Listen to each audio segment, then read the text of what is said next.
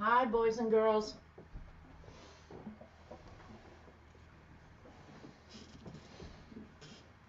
Let's have some fun.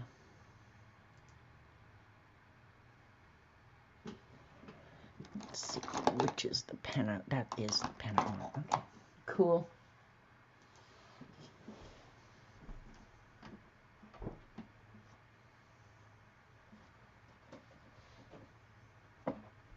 Okay, we'll give it a few minutes and let people come in. If you're watching on YouTube, just scrub forward. Hi, Dorothy. Let me get my chat set up. Takes a minute or two.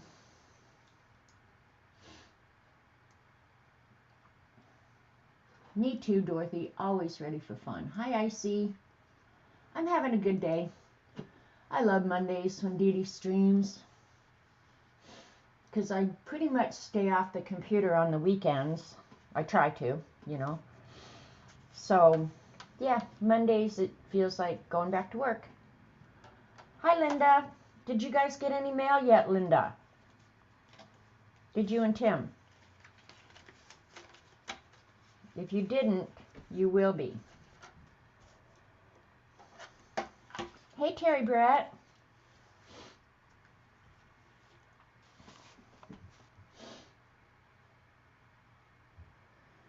I don't really trust the U.S. Okay, you should be getting it soon because other people in the country are getting them, so I don't trust the USPS, but I probably should quit bad-mouthing them. That probably is why my stuff is all goofed up all the time. Hey, Barbara. Oh, Barbara, you are singing today, girl.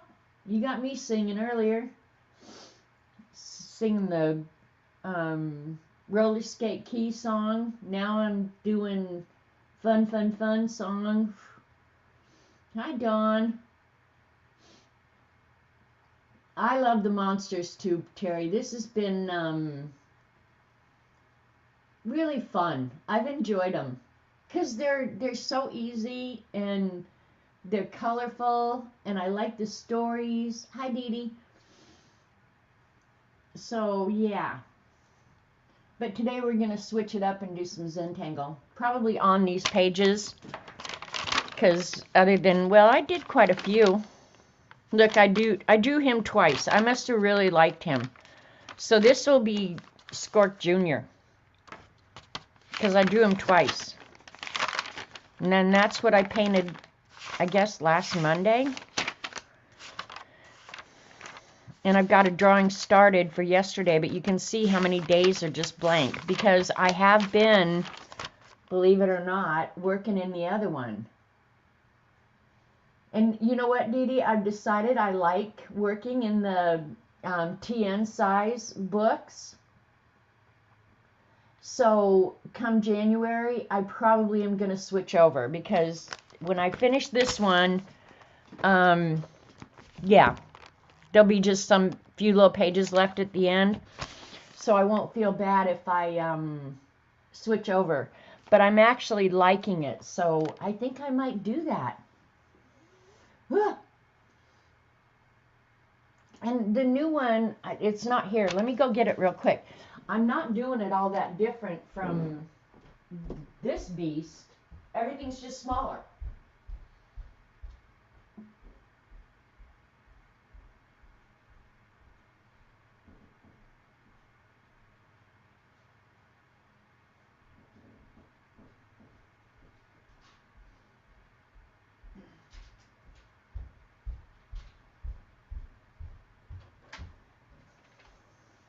But it could be too. One thing I have to say is because I'm working on that Tomoe River paper, it could be that I just like the paper better. Yeah. Did Lena come in? Hi, Carol. Hi, Joan. Hi, Lena. Lena did come in. So, hi, Natalia.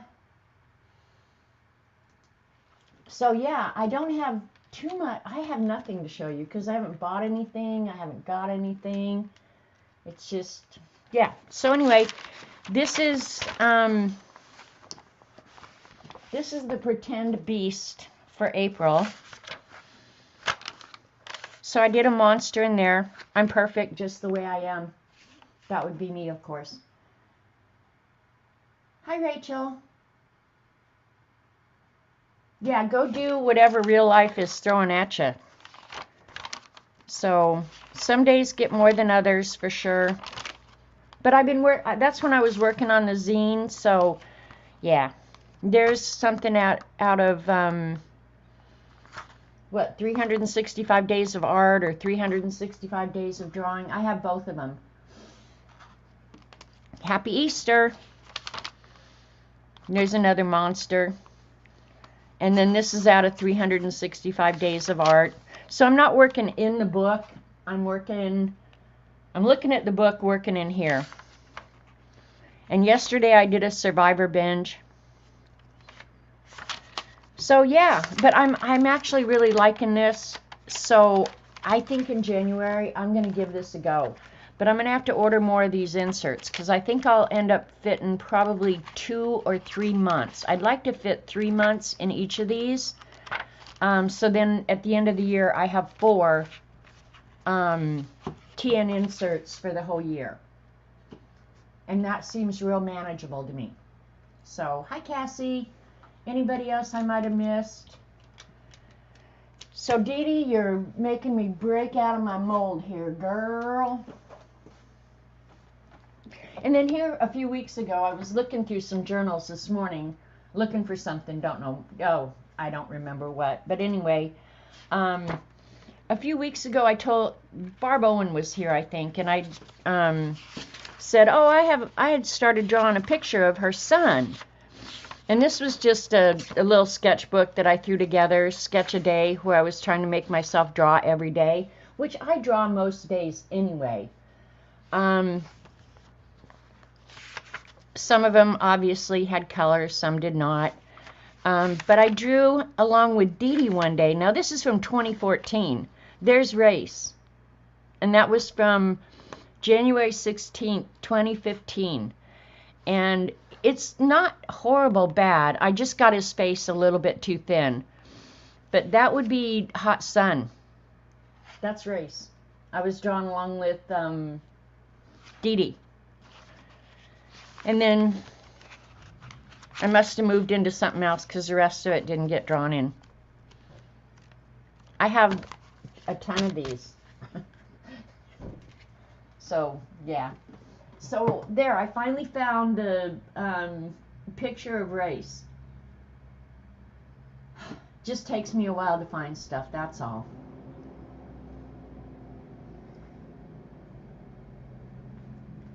Did Tambit come in? Hi, Tambit. Watch your mail, Tambit. Your winning is on its way. Hi, Kathy. Hi, Sharon.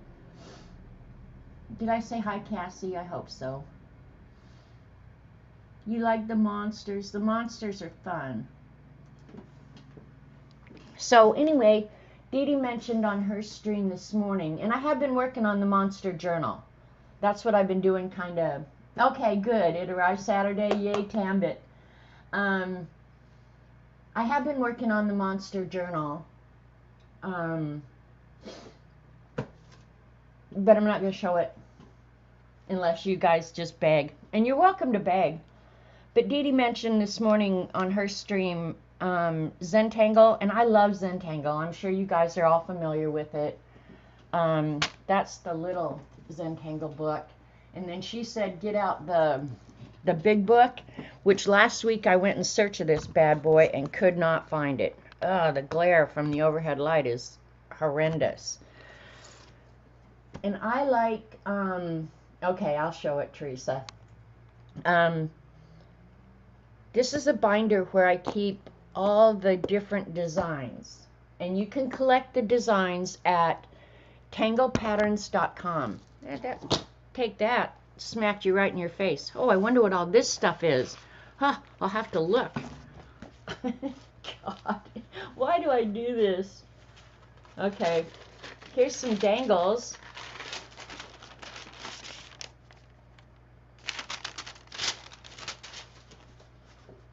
paper, paper, page of circles. Why don't I throw this crap away? What is wrong with me? There's a Zentangle drawing that I didn't finish. There's a chain link fence. Ooh, here's some fun doodles. Check this out. God, it's fun to find fun stuff. Here's some little doodles that I drew.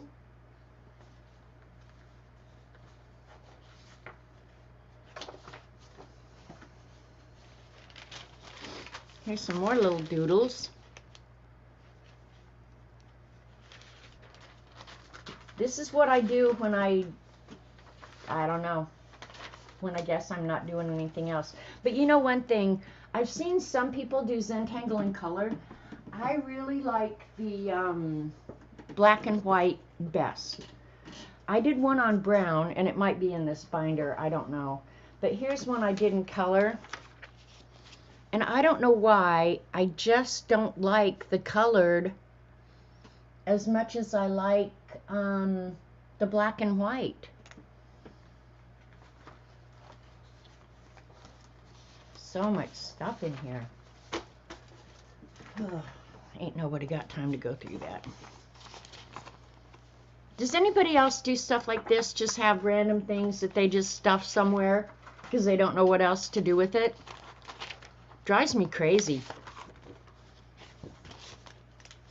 And I don't know why. Oh, these are pages where I've just drawn a little example of each of the Zentangles. And this is like a picture in time because this, yeah, I'm going to put these back in. They don't include anything new that I've drawn, obviously. But this binder is, you do like a touch of color, Dee Dee? I don't know. See, I think the shading and everything pops out so much better in black and white. Or maybe I just haven't found the touch of color that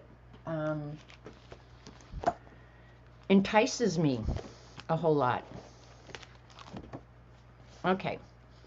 So let me see if I turn these lights on, if that overhead glare will go away, or if I just create a worse mess over here. Because I had the lights on and then I turned them off. That makes it worse. Okay, never mind. Bad idea. If I need the lights in a little while, I'll turn it on. And then these are just little Zentangles that I did. I'll try and eliminate the glare as best I can. This is one that CB showed me how to draw. Move the book over or back up. Move the book over or back up. What the hell? Oh, because you can't see the whole page. I get it. I get it. I'll come out a little bit more. See if that's better. Now it's crooked. Oh, Dee Dee, you're going to make me crazy.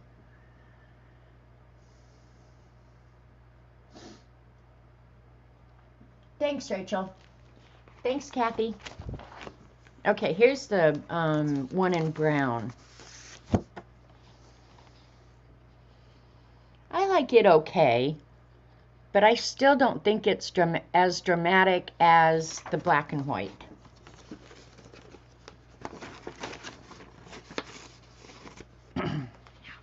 But I did try color. I really did. Maybe it was my choice of color that sucked. What do you think? And this is one that somebody sent me. I think Kathy Berg sent me this one. This is not mine. This is somebody else's. Let's see. They put their name on it.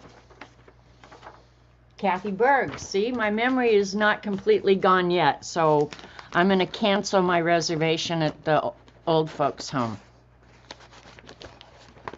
I had a reservation for starting next month.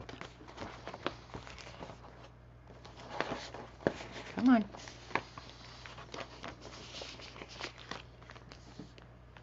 Thanks, Carol. It does look vintagey, and I think Cassie in the right place. It could be, I think this is Devin. No, this is Lena. Yeah, that's Lena's art.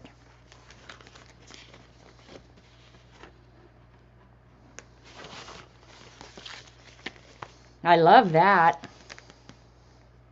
And I don't generally, like she put this on a face. I don't do that. I'm not sure why.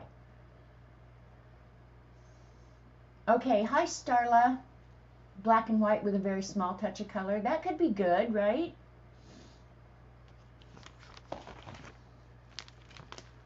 And then because I don't throw anything away, just pages and pages and pages of this junk.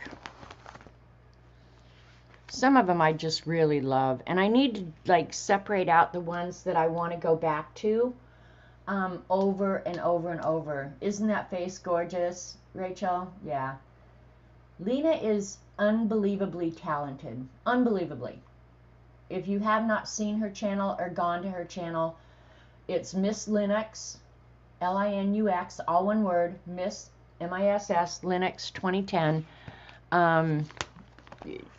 It's an absolute treat. But the way this book got put together was, if you go to tanglepatterns.com, there's an alphabet bar across the top, and if you pick a letter, then you'll just get tons and tons of designs that artists have named their Zentangles after. And these are all submitted by just random people or certified Zentangle people. But it was started by, I believe it was Maria and Richard Thomas. And if I'm wrong there, I'm sorry. I should know their names. Hey, Flo. But then people submit designs, and they may load them up on their blog or whatever. So when you pick a design, it may take you to a blog site or something else. So just random people out in the universe are creating these designs, getting inspiration from a doorway, a window, whatever, you know. And the people who design them generally tell you what inspired them, which is also really interesting, you know, because it's generally a repetitive pattern. And so I started at one time when I found out about Zentangle, and that's been years ago. I have no idea how long ago it's been. It's been a lot of years, I know that. But each evening I would just go on and look through the patterns and make one of these cards, and I just started collecting them. And obviously it started out small and then grew to this, where I have a letter of an alphabet and then the designs for that alphabet. So I don't have to go back to the website, because most of the time when I'm doing it, I'm not sitting at my computer. So this is like an alternative. But you don't have to do this, but this is just something I enjoy doing. So yeah. So I'm going to go ahead and Zentangle today. And then what I did was I took like a square from each of these. What did I do with that little book? Where'd it go? Let me see here. I'll be drawing out of this, but I can't have it on the desk because it's just too ginormous. But then I took an example of each of them and put them in this little travel journal. I just made a matchbox, and I've shown you how to do that. Zentangled the outside and then glued in these pages that flip out like this. So it doesn't give me the step outs, but so many of these you don't know. You don't need the step out. They're just obvious the way they are. Yeah, they're 2.5 by 3.5 ATC, or baseball trading cards size. It's a good way to organize. But the thing is, if you're doing it alphabetical and you get one in the middle of the alphabet, then you end up moving everything around. And if I was going to do it over, I'll be honest with you guys, if I was going to do it over, I would make, and I bought this one at home, Office Depot or Office Max or one of those places. I would have taken a book like this, where I could open up to the place in the alphabet and just insert the card. Just use these rings. So if I had to do it over again, I wouldn't do it in a notebook. In fact, I've thought about taking each one of those cards out and punching a hole in it and putting it on a ring like this. So that if I made a new card, I could just insert it where it belongs, right? So there's my free advice to you. Don't do what I did because it becomes cumbersome after a while. Rachel, you go have fun this afternoon. Thank you for the prayers. So there, that's my free advice to you, is get a little book like this. And it doesn't even have to be this size. You can create your own size. This I ended up using for, remember when I was doing the Zentangle prompts every month? After about the third month, it got kind of crazy keeping track of what the ones I'd already done. So I used this just to write down each of the patterns, so I didn't repeat them. But I did some anyway, but who cares? But that would be my free advice to you, is if you want to start collecting them, do them in a different format. Or another great way to organize them, because I never anticipated that that binder would get so unwieldy. I thought that it would be like a passing fancy and it would go away. Well, it didn't until now. I've got the big beast that you have to find a home for. So do something like this. Promise you, you'll like yourself better. But so this was just an example of some of them, so I could have Zentangle on the go, because I couldn't haul that dang binder everywhere, right? And these books are really easy to make, so. But again, don't do anything that's bound, because you will be really, really sorry. I'm just saying, based on my experience. So I think what I'll have you guys do is just give me a letter out of the alphabet, and we'll just go to that page, and I'm just going to draw some Zentangles in the beast around the monsters. Okay? So somebody give me a letter, and we'll look through those. D, Dorothy, you always pick D because of your name. All right, let me get the D pages out. And we'll pick a fun one. Oh, I know which one I like that starts with a D. I'll just show you the D pages.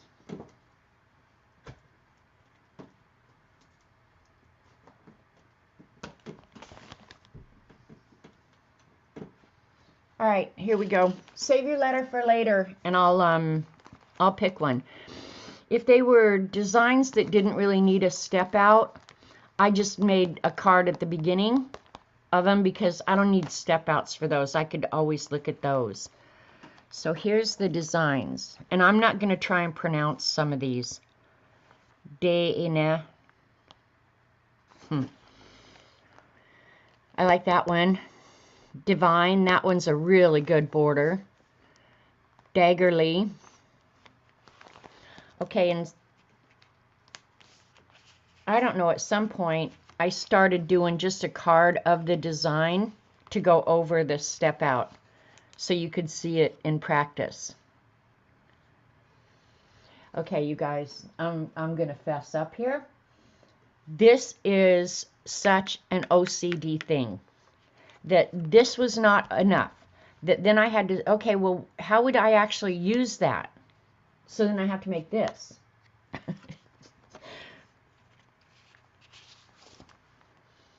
Dancette, Dandelion, Decor, I like that one. Delis, Dude, that's a good way to spell dude too. I like it D-O-O-D, but what the hell. Demi, Diagonals, Disco, Dex. Diamond Drops, Diamond Metal, I like that one. I might have to do that one around one of these monsters, because that would look awesome. Diamond Panes, Diamonds and Squares, Dillo, I like that one too. Discalia, Diva Dance. Where is the one that I like so darn much? Oh, this one. All right. I don't know what this one's called. D for Daisy. Okay, well, there you go.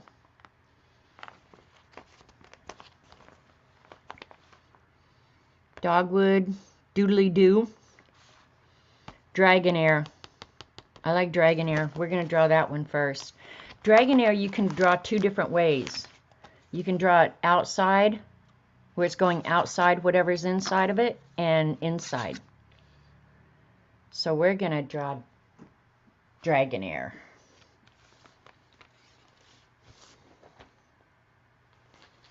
So what I finally ended up doing, and if you'll notice, like on some of these pages, there's empty spots. So if I do have to go back in and add one, I don't have to redo the whole page. You like the dude pattern? Dude, that was D-E-W-D. Yeah, dude would be good. That would be a good border too. Here's a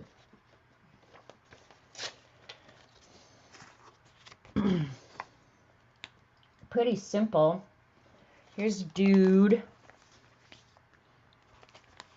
Got too much crap going on here. Just do like a curly Q.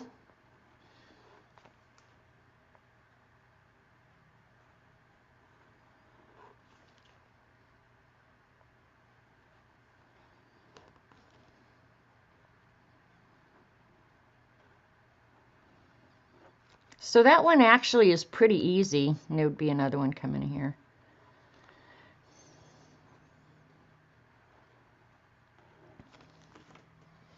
That one would be pretty easy. While I'm drawing, I'll bring you guys down in close. So there you go.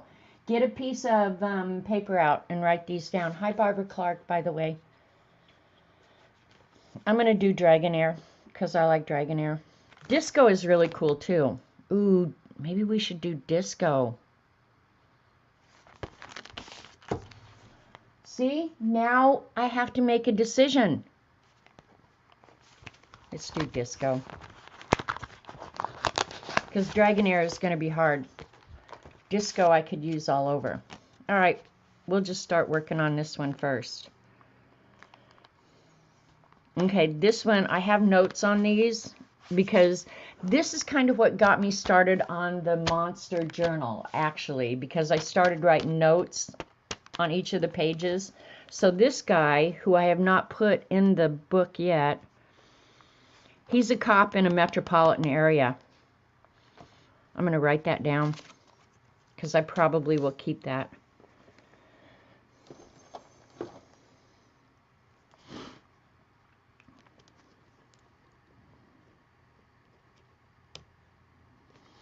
Can you imagine being a cop in a metropolitan area?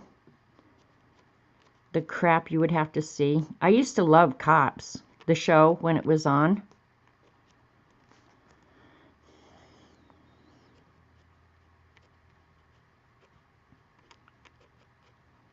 I've heard it's coming back, so.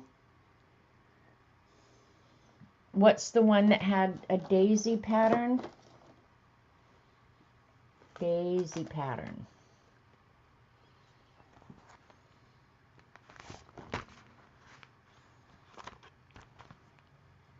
Daisy pattern. Dorothy, I think you're on somebody else's channel.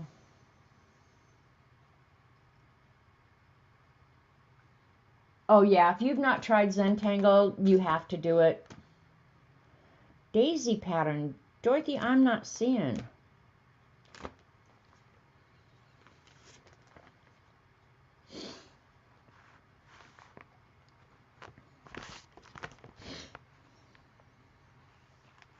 Daisy pattern. This one? That's not a daisy pattern. Oh, I'm not going to go back and try and find out what I showed earlier, Dorothy. Holy crap. You want to watch me just sit here and go insane in front of you? That would be insane.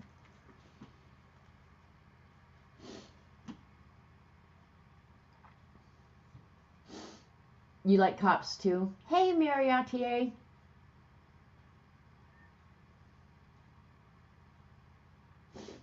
Okay, Mary, I just went back. Hi, Artie Dar.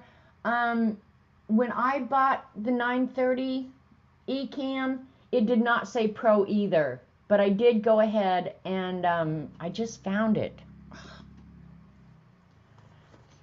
Dorothy, you have to understand there's a lag. Oh, the mailman just came, so I'm wondering if this one, Devin's Happy Mail. Anyway, Mary, I think it is the same camera. They've changed the name to just like the 930E.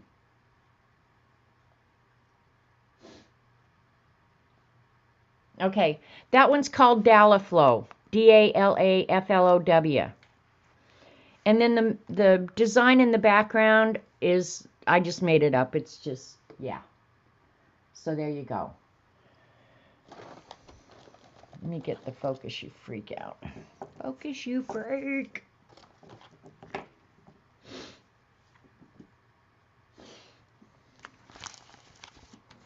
All right.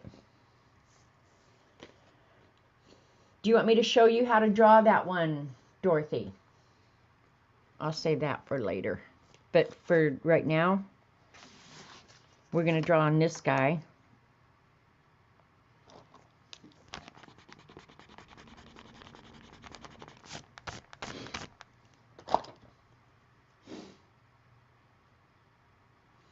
Do you have any patterns of your own on? No, I don't, Tambit. Nah. I've never formally, I guess I would say I've never formally made one up because, I don't know. It's so easy to go there and get them, right? All right. So let's get this party started. And since I'm not going to come back and do anything on this page, probably what I'm going to do is I'll outline the monster. So I won't draw right up to him.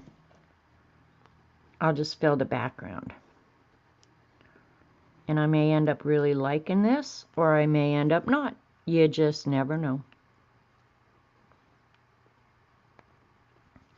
Oh, one thing I need to look at. Okay, it's not bleeding through. The problem with the Beast paper is some products bleed through, and I don't mind ghosting, but I don't like bleeding through. Hey, Christopher, my most handsome grandson. Ferb looks grumpy. If you were a cop in a metropolitan area, Cassie, you would be grumpy too, I'm pretty sure. All right, let's go. And this, you could probably turn it into a border or anything else you want. I'm just going to do it randomly. So, yeah.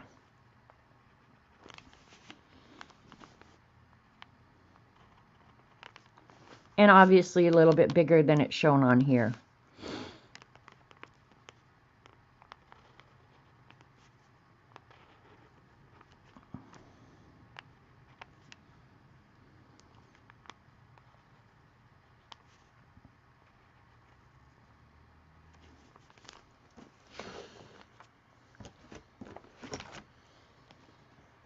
Oh, I've already got a mess started, man.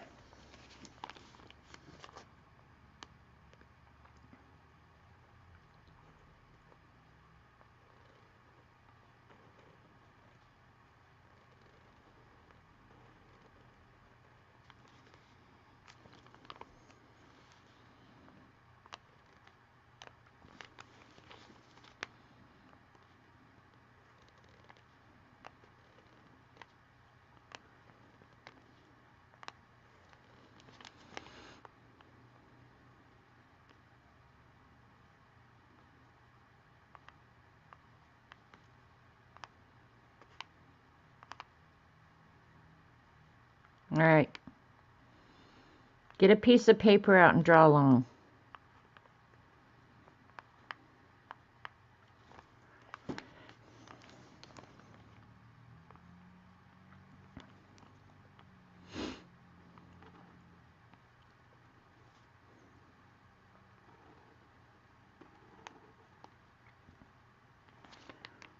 And after you've drawn it once, it's not like you're going to need the card again, right?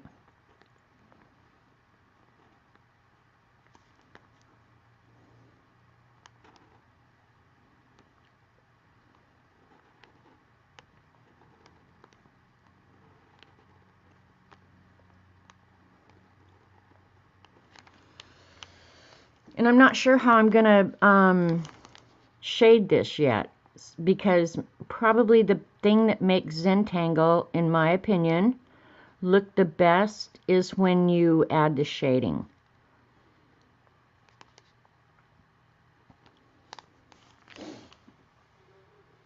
You drawn with, Tambit? Cool.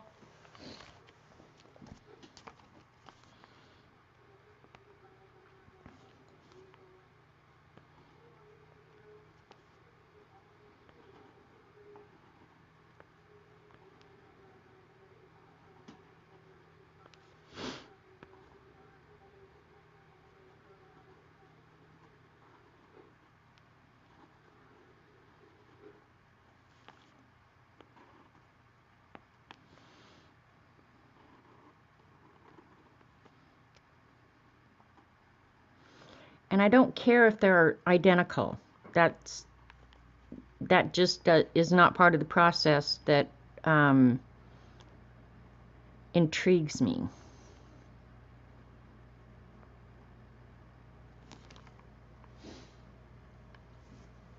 Thanks, Cassie.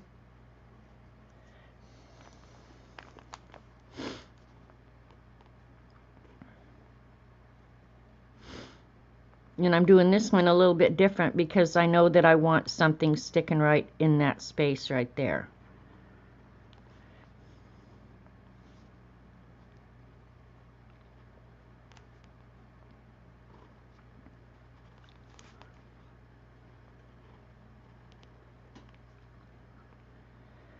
So we didn't really do anything over this weekend. I did hear from a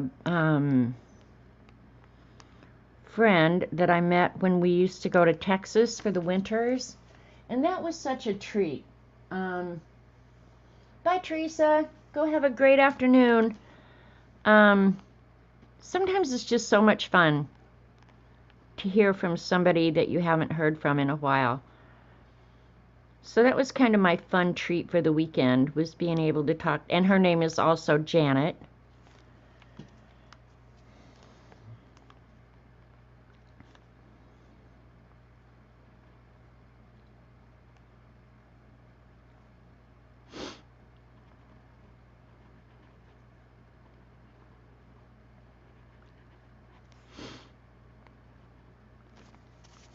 But yeah, we didn't do anything over the weekend. It was rainy and crappy. So, yeah.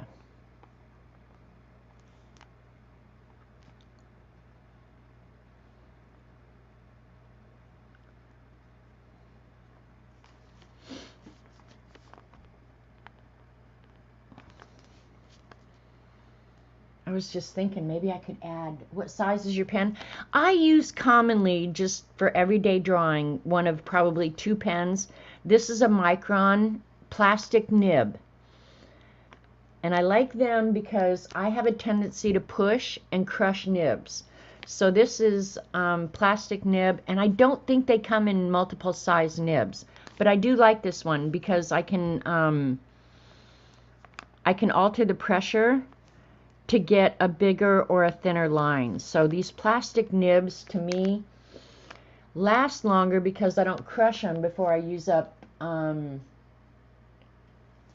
the ink in them. So, yeah, that's where my life is at. And they're still relatively inexpensive. But if I'm not drawing with this, most often what I use for drawing in the Beast, because it doesn't bleed through, the problem is it's not waterproof, is, and I've told you guys this 100 times, is the Hybrid Technica. This one does come in different size nibs, 03 through 08, I believe. And I love these pens for everything. I buy these by the box full because I use them so much.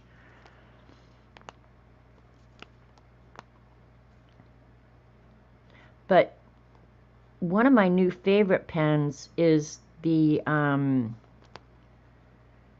Multiliner. When I bought those for myself, I pretty much fell in love with a new pen. Another pen that I really love, and I think Kathy Arbor turned me on to it, is a Microperm. They are absolutely waterproof, and you can get them in really nice brown. You can get them in sepia. They're really nice. So, oops, I forgot to put the little doodads on this thing.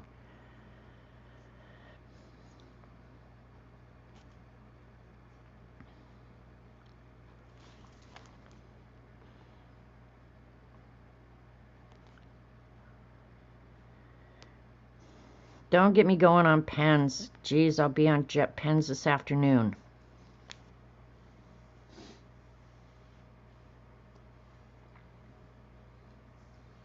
Hey, Kathy Arbor. Yeah, I'm pretty sure you're the Microperm culprit.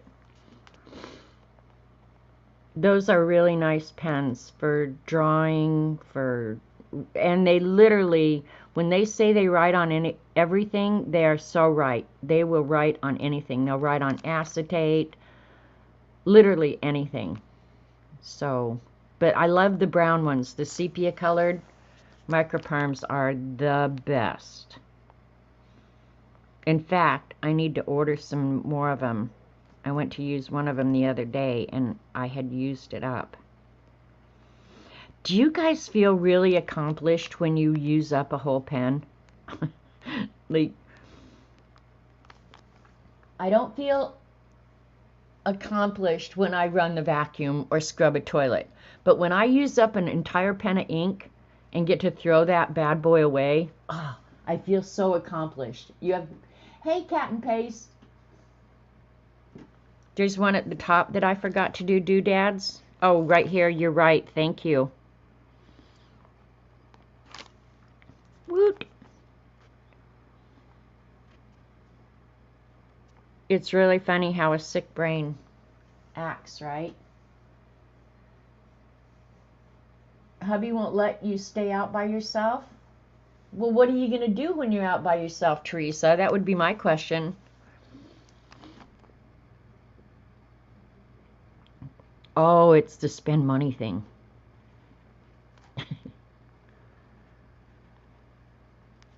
Robert never sees. He wouldn't care anyway.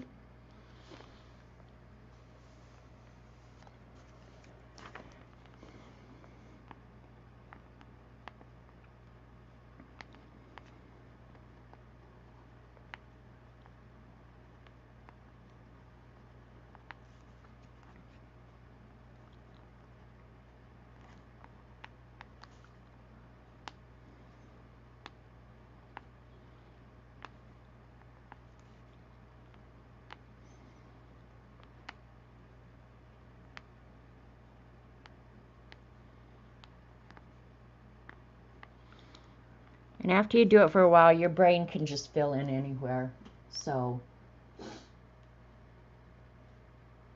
I don't think I've used up a whole pen. My daughter usually... Oh, well, now there's that, Kathy. But, like Robert, if he comes in here and starts looking at my pen storage container, he knows better than to look at it. Hey, Jennifer. It's so good to see you. You want to hear the story about the monsters? You love them? Well, the monsters came about because I went into Hobby Lobby one day because my friend Dee Dee, worst influence of my whole life, I swear to God, found some books on sale at Hobby Lobby. So I had, of course, first time I was in Joplin, I had to run in and see, and they had books on sale. And I came across, and I did bring it out here. Oh, and you guys wanted to see the monsters, so we'll just take a break here real quick. And I came across this book, Draw Alpha Bees, and I bought it because it was on sale for $3.75, and I bought it thinking my little grandniece would enjoy it. but I would just play with it a little bit before I gave it to her. So it's Draw Alpha Beast. I bet you can buy it anywhere. The ISBN is 978-1-4403-5404-5. Normally $15 for $3.75. So I got this thinking I'm going to give it away. Well, then I started looking at the little monsters and went, I can't give this book away until I draw every one of them. So it started in here, and somewhere close to one of these pages, I'll bet you it'll say that Robert and I went to Joplin. That's how it started. Then I started this little, well, it was kind of going to be like a Linda Berry inspired journal, which is really odd because about the time that I started this Linda Berry inspired thing, Lena started one. Like, Lena and I have this cosmic connection that is really frightening. So I just started doing this for fun. So I'll go ahead and do a quick flip. An idiot is attempting to reach you on your cellular device. All right, hang on, you guys. An idiot is attempting to reach you on your cellular device. Hey, dude.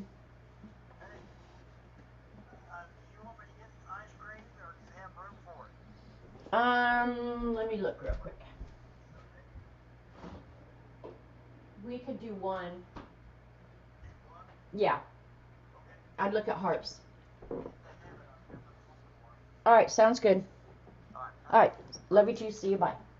Sorry, Robert was checking to see, and I should have told him no. But I'm out of coffee ice cream, you guys. And he knows that could be a disaster in my world. But the truth is, I'm allergic and I shouldn't eat it. So anyway, here we go. We'll pull down so you guys can see the little monsters. And each of these monsters are going to have a story that goes with them and maybe some drawings. This one is definitely a cocktail waitress. Snarg is in the zine, because then I got a certain point in this and I decided I had to make a zine. So that's how this whole monster thing started, Jennifer. Thank you for asking. Hi, Jasper. So I don't know how much I've done since I've shown it to you guys. I don't think this guy was done. I don't think this guy was done.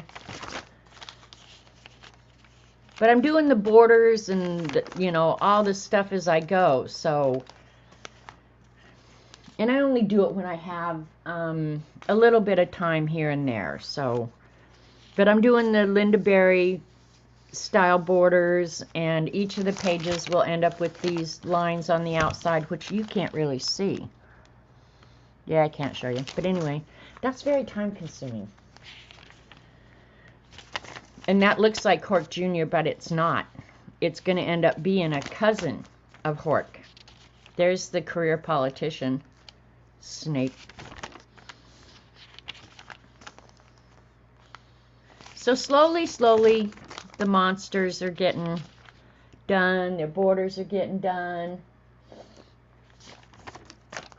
And this is where tonight I'll probably do a background or something. And they all have names, and so far I've come up with careers for them. And you guys, I have to say, I thought at some point in my life I would grow to maturity and I'd start acting like an adult. And I'm still waiting for that day. My family album, exactly, Lena, because when I think up a career and a life for this guy, like I look at him and think, you know, where in your world would you ever come across a guy that looks like that? And then I start making up the story in my mind, and I, honest to God, am so entertaining. I sit and laugh at myself. I'm not kidding. Like, this guy is a driving instructor. Now think about the trials and tribulations of a driving instructor. I would be the worst person in the world to get into a car with an inexperienced teenage driver, they could put 50 brakes on the floor, and I'm pretty sure that I would stomp the metal through the car, right? I would be like, my feet would be on the asphalt trying to stop this idiot little bastard, right? His nose is his airbag, right? It's just like, when you look at him, the look on his face, like, and his hair going back, it's just like, holy crap! Stop! So when I saw him, it was just like, that looks like a driving instructor to me. So yeah, he's going to be a driving instructor, and I'll tell you how his life ends. It's not pretty. Honk the noise. Honk. Okay, and then this one I haven't even colored yet, so I haven't gotten very far.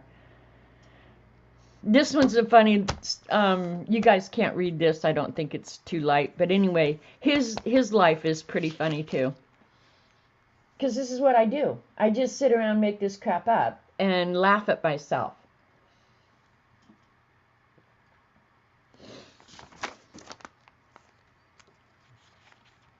This one's funny too. Oh my god. So anyway, as the stories get written, I'll read them to you guys. Yeah, it's created a whole world of things.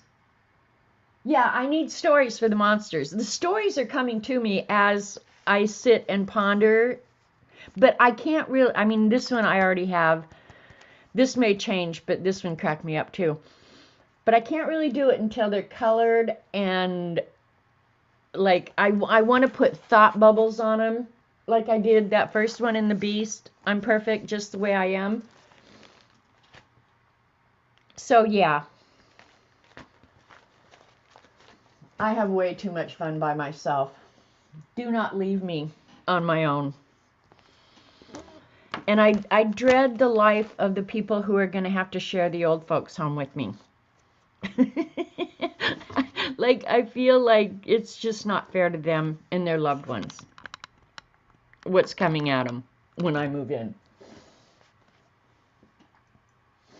Oh, make myself laugh? I'm not kidding. I was on a roll this morning. And sometimes poor Tina has to endure my insanity, because something will happen in Dee Dee's chat that is either so inappropriate that I can't say it in chat. Usually that's what it is whatever pops into my head is so inappropriate that I can't say it out loud in chat. But I have to tell somebody, and Dee Dee's busy. She can't listen to my nonsense. So poor Tina gets the brunt of my absurdity.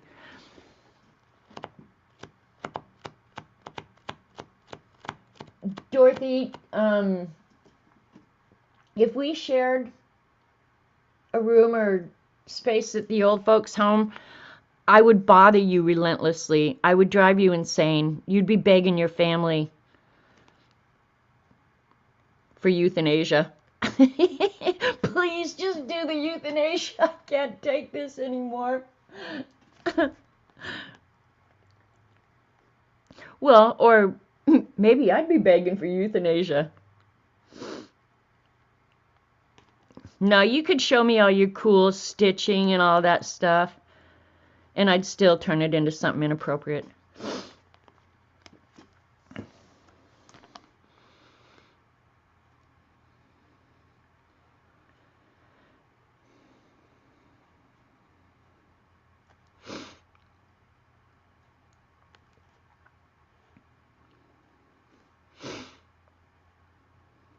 So Jennifer, are you sorry you asked?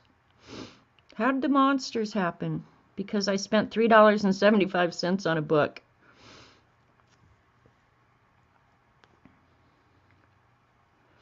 I bought another book that same day that's an animation book that animates cartoons. So who knows? Maybe at some point the monsters will become animated. You just never know.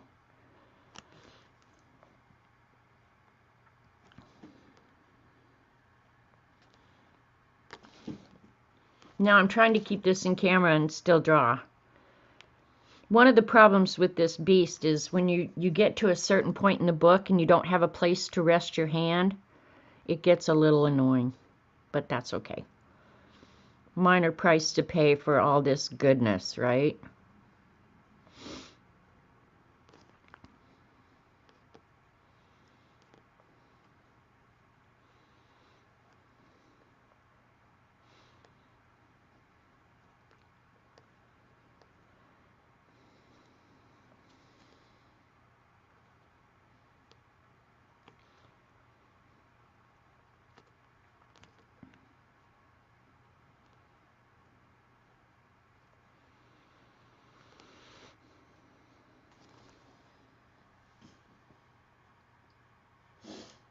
You think it's the other occupants? You wish you could spend a day in my brain. You know what, Jasper? I'm not sure you would like it because I've learned to ignore a lot of the crap that goes on. But the little OCD things, if you're not used to them, I think would make most people crazy. Like,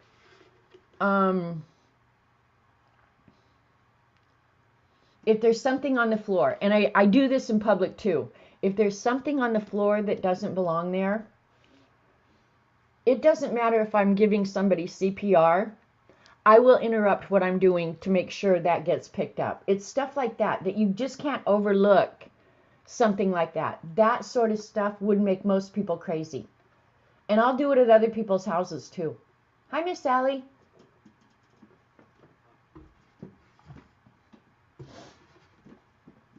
And Janet would win the fight with Mr. Copperstick.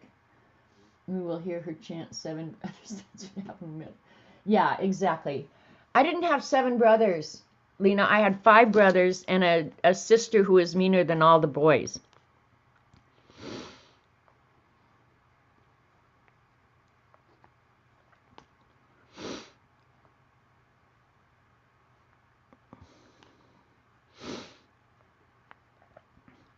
But the fun thing about my family, in all honesty, is we're all half nuts. You get that cat and pace. See, that's the thing that I think most people couldn't endure, is that I don't know. It's hard to prioritize when your brain just sometimes goes, nope, you're not doing that. You're doing this instead. And believe me, I am not a neat freak. I'm really not. It's just certain things. Okay, you want to hear another thing? Oh, you're also including the 2 imaginary ones. Well, the 2 imaginary ones, Lena, were actually my favorites. Hi, Helen Cole. Yeah, I like the imaginary boys better than the real boys. All right, now I'm trying to decide what I want to do with the background. Or do I want to go ahead and color the flowers? I'm kind of thinking that the colored flowers might be good. I'm thinking.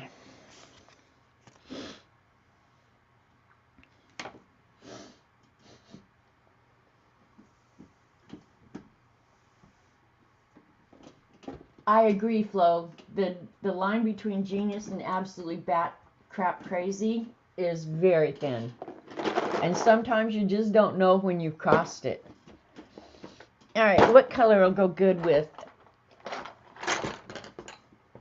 fur? Dee Dee, you want to see my pencils? I actually cleaned mine out too. Look, oops, knocked the camera. Look at how nice. And I went through and I saw all the ones that were getting small. And I glued Dee Dee and her pile of pencils that are too short to use. I went ahead and glued them to their replacement pencil. And look at how nice and tidy they all are. Look.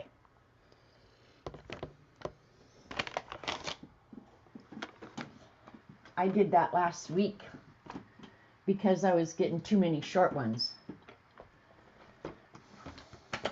All right, let's do, I'm thinking pink flowers with some blue.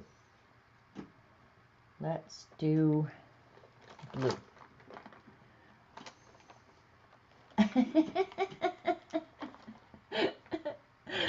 I'm talking about how crazy I am, and I'm not sure you guys believe me, but now you can be assured.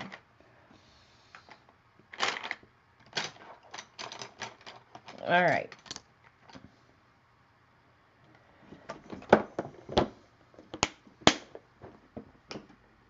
I win the OCD contest. Whatever makes you feel better is my motto.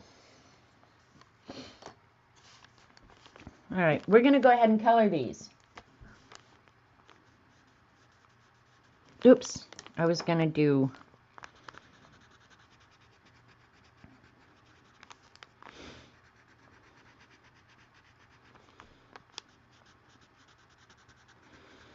Nice thing about these, you could do this with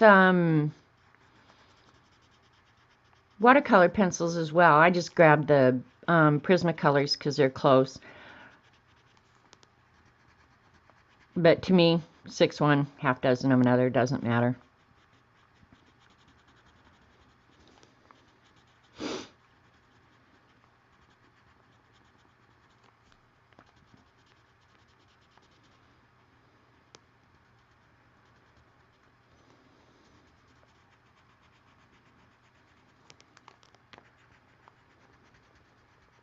I'll probably go ahead and melt these with odorless mineral spirits as well.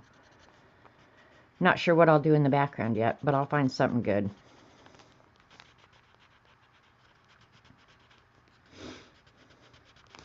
Maybe when I'm dead,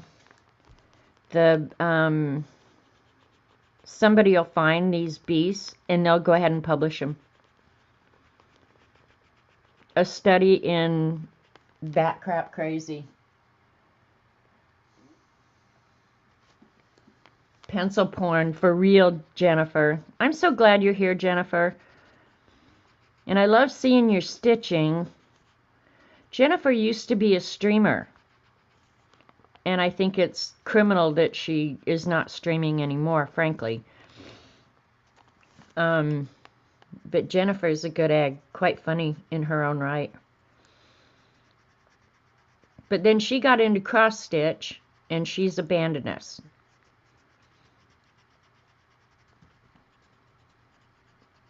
But you can still follow her on Instagram and see the cool stuff that she's stitching.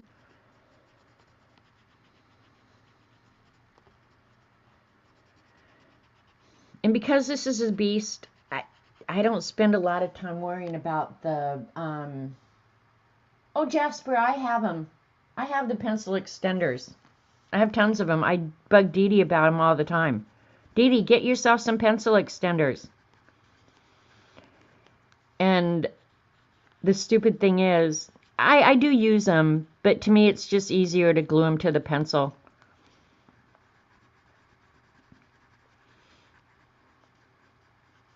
Because I have a... I admit this crap, and then it's almost certain to prove that I'm out of my mind. But I have a whole container of replacement pencils that I've either bought on sale or, you know, most of these pencils. All right, now I'll show you guys. But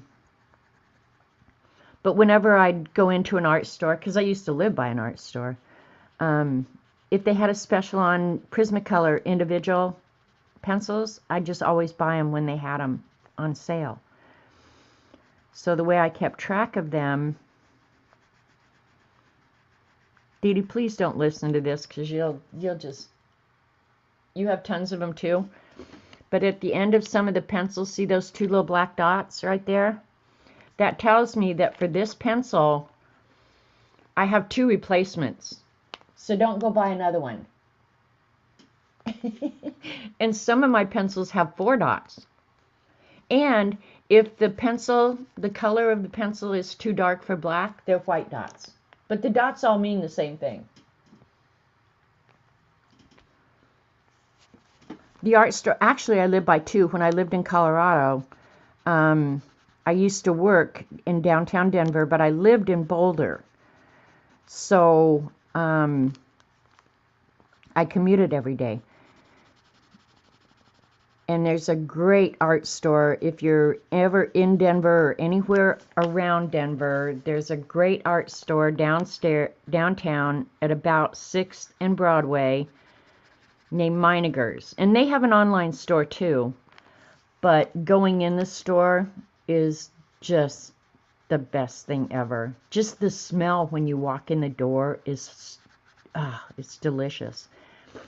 And then in Boulder, the CU bookstore, Colorado University bookstore, has a pretty good art department.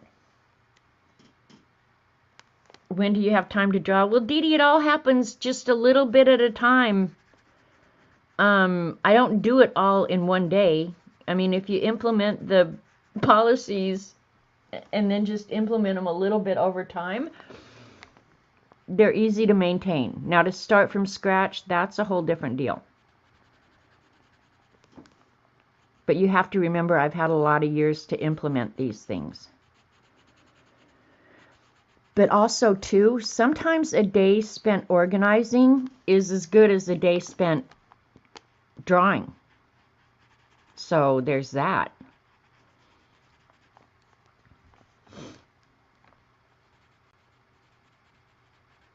And actually, I need to come up with a better way to organize ephemera, because a bucket of crap. Now, I know it doesn't bother Dee Dee. She can just sit and filter through that stuff. I pull it out and go, oh my God, this is so overwhelming. I'm not sure I can do this. So if there was some way that I could figure out how to organize ephemera where you could go right to what you want, oh, my life would be heaven.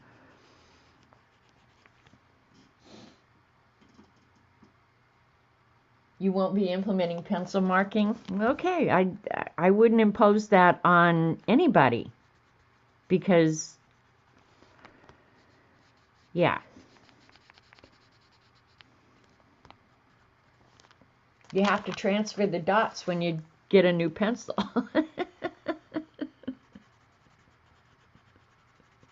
Oh my God. So now you know it, guys. Know I can't make this stuff up.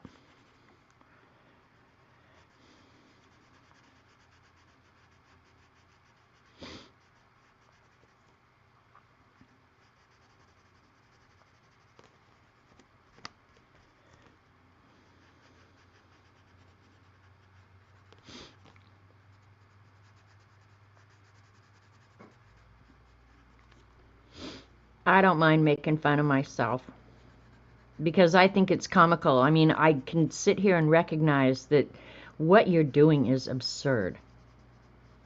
I'll do it anyway.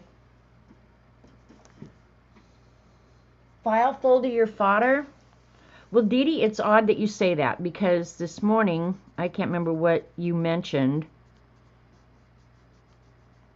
but I was thinking about a file folder system, but I don't want a bunch of the great big file folders. That will make me crazy too. Get you a photo case, the case with the smaller case. Oh, I'm not sure that would be a good one. Okay, hi Curly T, or just get a big box and throw it all in. When I do that, Curly T, that is one step away from going in the dump. But I was thinking if I could get smaller file folders where I could manage them in a box or something, I might be okay. But I was thinking about that just this morning, Dee Dee. All right, now if I'm not gonna melt that with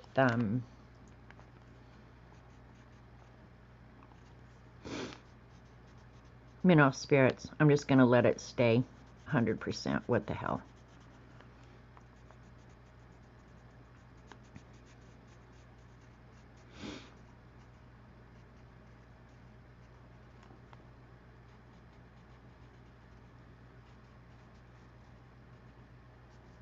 Now this color doesn't bother me. This is one of those, for a while, Prismacolors were made in Mexico, and before they got their quality control under control, there were some real crap pencils out there, and this is one of them. It doesn't, one thing I love about Prismacolor is it generally just glides so smooth and you can blend it easily. This one feels like there's too much wax or something. It feels sticky. So this one I don't have a replacement for. I have to get one. And when I want replacement pencils now, I order them from Blick. And Blick sends me notifications when they've got deals. There's few emails I like getting, but Blick is one of them.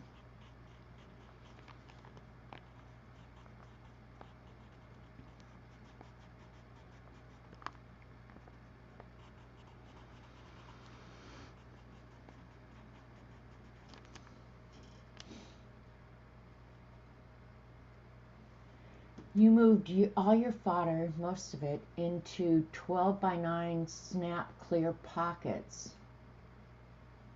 Cut the file folders in half. See that? I think that would be more useful, Dee Dee. And I have a ton of file folders. Tons of them. So if I could actually use those in some way that would make a system that works, that would be awesome.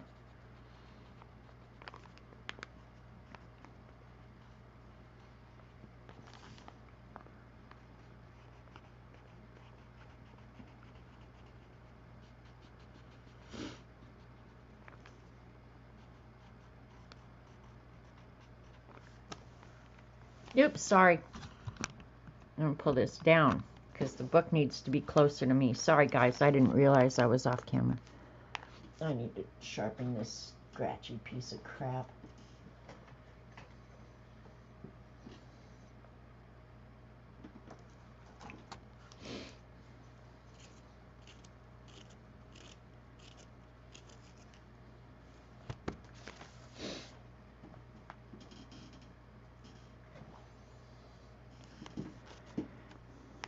Dee Dee, did you find that some of those pencils that you got from Mexico were scratchier than others? This one is definitely one of them. Plus, they weren't as fat around. They're skinnier.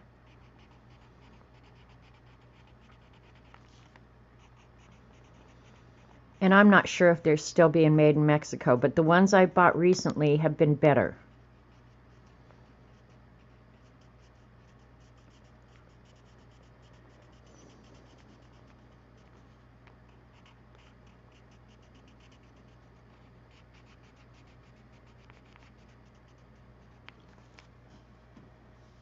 Hey, Galena. Hi, lovely Malia. Hey, Uncle Dan.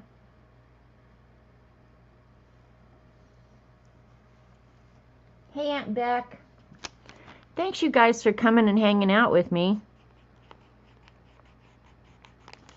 Probably when I finish coloring this one, I'll just draw the Zentangles. I just wanted to do one of these blocks so you can see how it'll end up getting finished. Or it won't.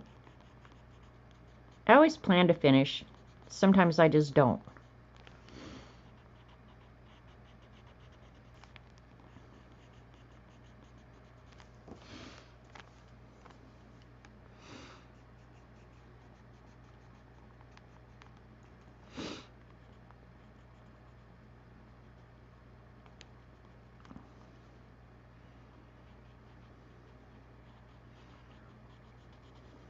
Actually, a black background might look really good, where these are just popping out of a black background. But I'm thinking of something else.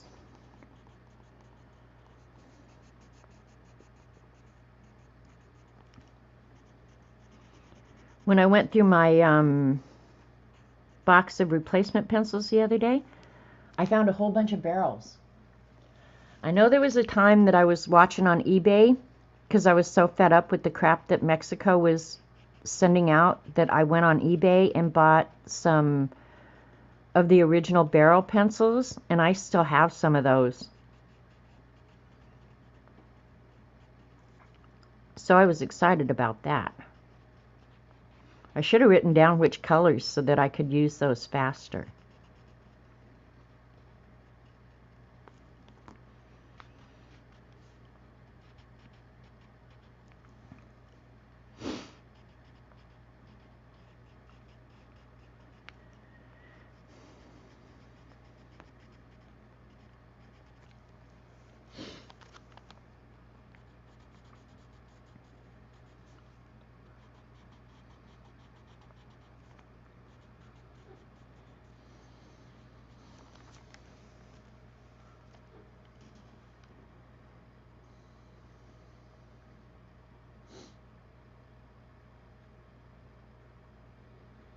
Oh, you got a new set of Prisma for your granddaughter? Okay, and they're fine. Yeah, I got some, oh, I don't know. It's been a while now. But, and I think I told you guys on stream that I went into Sam's Club and they had a set of 36 Prismacolors for $9.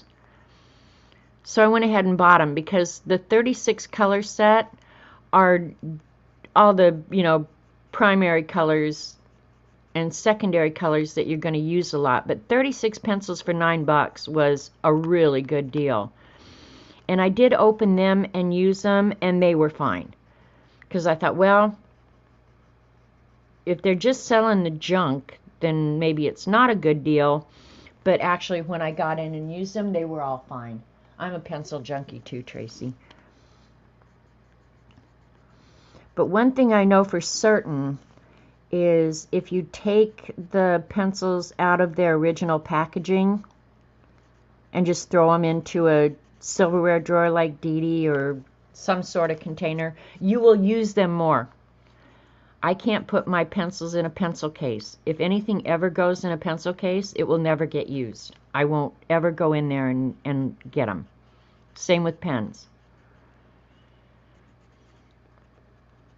They go in there and they look so pretty that I just quit using them. So if you're going to use something, just get it out and put it in front of yourself. And there's no point in hoarding this crap because your kids are going to put it in the dumpster anyway, so use it.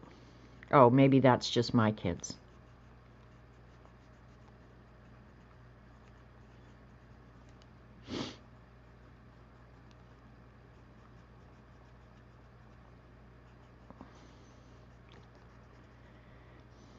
Alright, now I've got to decide about this background.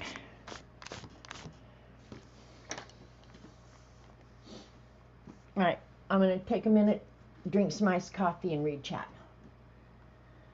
You have the barrels too, Sharon, they're nice.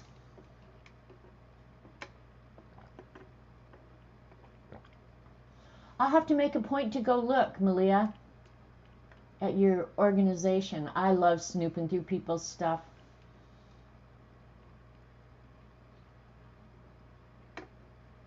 Currently, I did that 2 years ago when my basement flooded. I got rid of most everything, all the old crafts and stuff that I used to do. I got rid of all of it.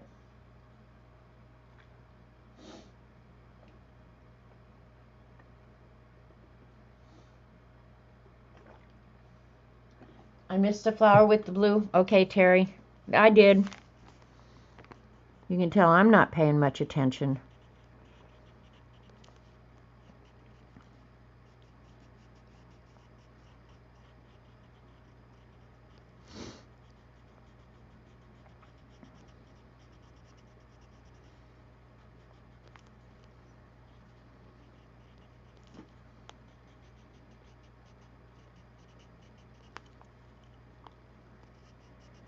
Alright, we're going to pick out a new design here in a minute while I think about this.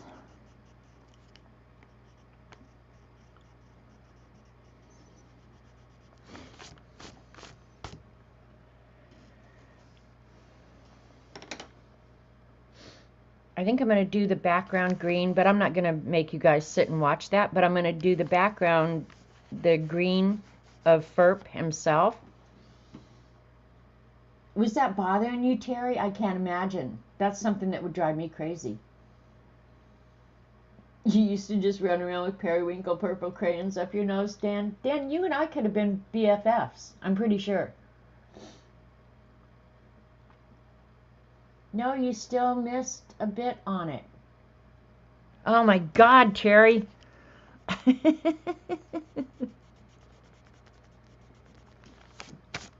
All right. Oh my God, I better inspect carefully.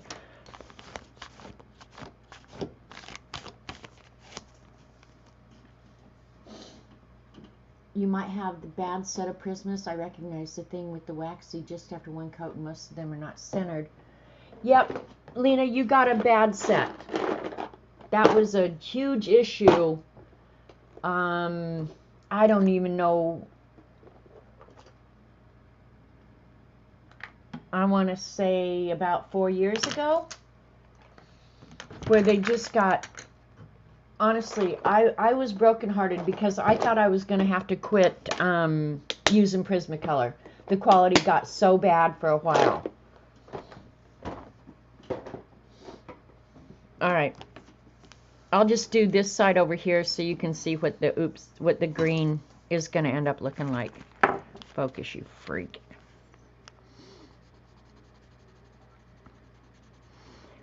The thing is, if I use the mineral spirits on this, all I have to do is put some color down, and then you can spread it like watercolor. So I don't have to be real careful.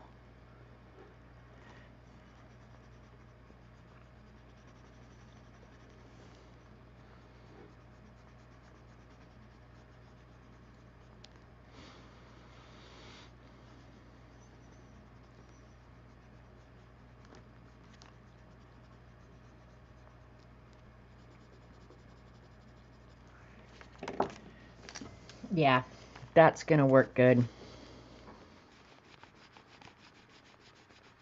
And then I'll leave this space around the monster white, so he should be standing out, if we're lucky.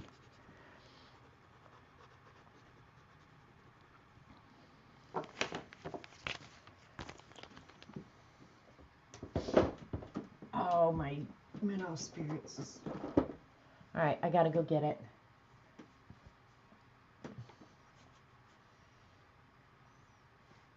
$2018. That's entirely possible, Lena, because I have both the Polychromo, Prismacolor, Luminance, and I will say hands down, and of course it could be just because it's what I grew up with, but my Prismacolor are by far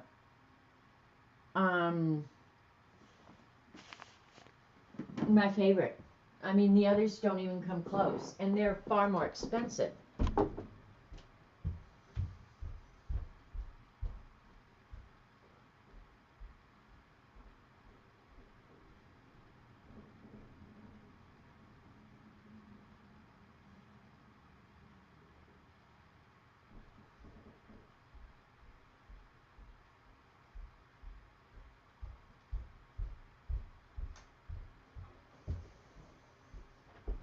And if you're a Prismacolor fan and you're going to do big areas, they make these art sticks. I don't know if you guys have seen them or even realized that they existed, but these are just blocks of Prismacolor. This is a 24 set. I think they come up to 36 set. So, yeah, just there you go.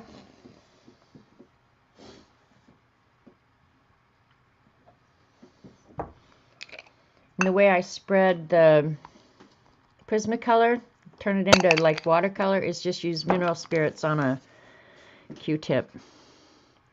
Just have to be a little careful near the edges, but it'll just smear and flatten just like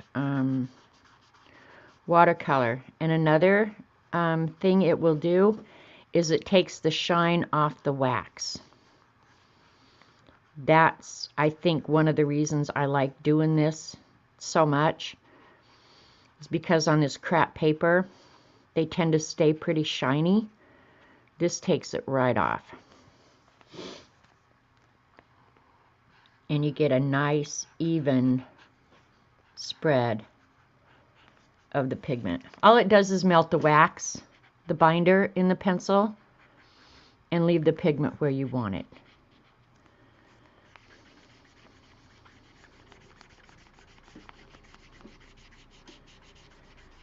There you go. So I'll go ahead and do that later when you guys don't have to watch. Gotta head out. See you, Cassie. Go have a fun day. I get done to using the chalk. I look like I've been at Chernobyl. All right, let's pick out another design. I'll put those back later. Give me a letter of the alphabet. Well, while you guys are doing that, I'll just put these away.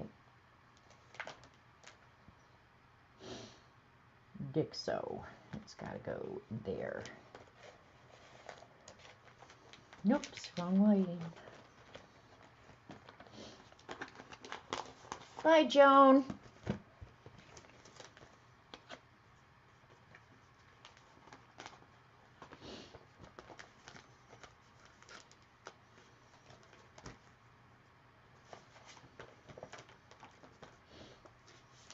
All right. R, you want to see something for Robert? Robert just drove up. So, if my world is going right, he will have coffee ice cream, which I shouldn't eat. QR. Look at me, I almost went right to the page. Okay, here's all the R designs. I only got a page and a half of R.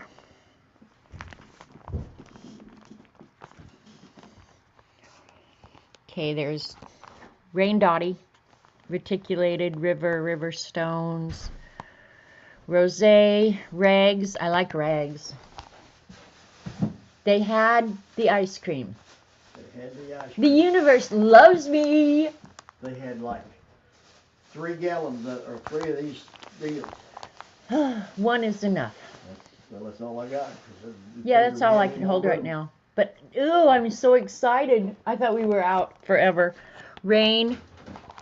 This one is called Rainbow Bridge. Ratoon. Ravel. I like this one a lot. This one is fun to draw. Reflections. Retro. Rings. That one's pretty cool too, but that's more of a border pattern.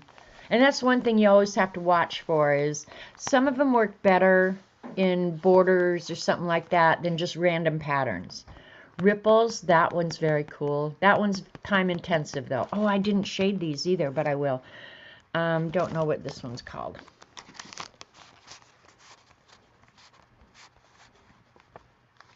Rixty? I don't know. It's not a pattern I'm crazy about for sure. Rolled paper, Rolleiflex, Rose, Rosettes, and Roush. Ugh. Not going crazy about any of them. Let's do the Ravel.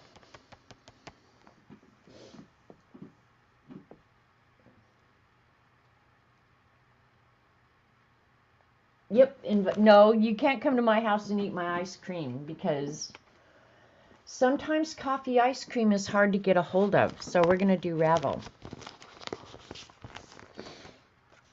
Which one? Shall we do this with Twip? This mean little goofball is a DEA agent.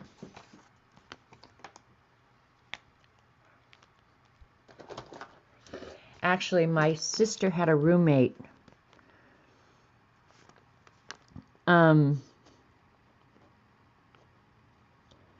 After her divorce, and she had 2 twin sons, and they were both DEA agents. Man, the stories from those 2 DEA agents, and they literally traveled the world for the federal government. Man, some of the stories they told would make your eyeballs pop out. Incredibly dangerous work those people do. Unbelievable. And those two boys were so handsome to this day. And of course, that's been 30 years ago probably. But anyway, yeah. All right, let's see how we want to do it. Do we want to do it with the stripes in the center or just random? It's so hard making these decisions, I tell you. Well, we'll start by doing a border around the monster because I don't really want them getting lost.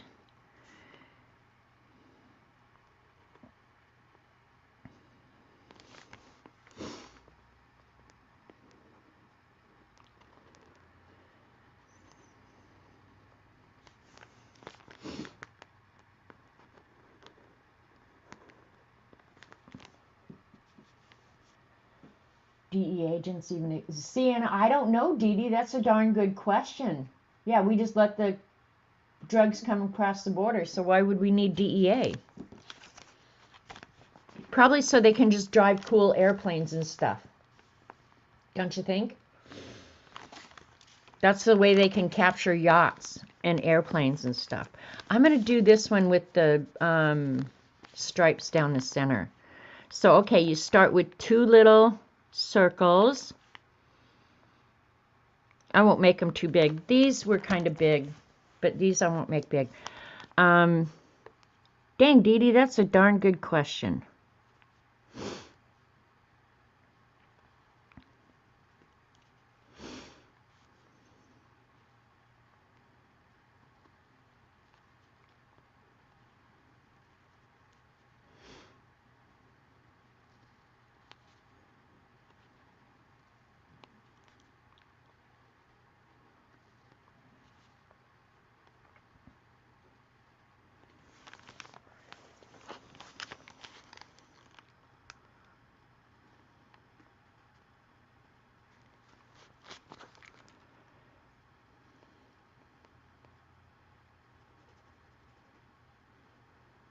This one I might just leave black and white because this, when it's shaded, is way cool.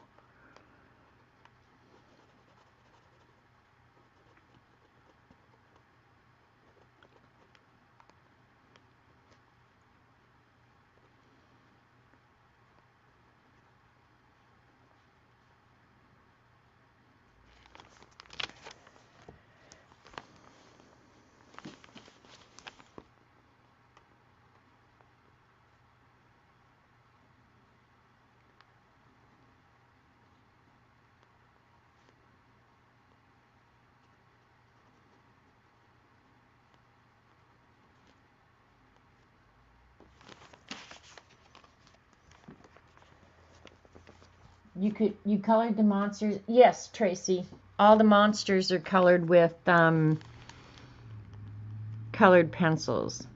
And the reason I don't, most of the time if I'm sitting here by myself, I'll just grab the colored pencils because they're always close and cleanup is really easy. And like in the Beast, the paper is not watercolor friendly. I think they'd be fun to watercolor though. But it's mostly because the paper is not watercolor friendly and I have to wait and let it dry and stuff like that. So, yeah, I just do the monsters with that. And then to smooth them out, like this one, you can tell I didn't use the mineral spirits on. This one I did because he's more flat looking. So, yeah, there's no rhyme or reason to what I do around here. I just pretty much make it up as I go along.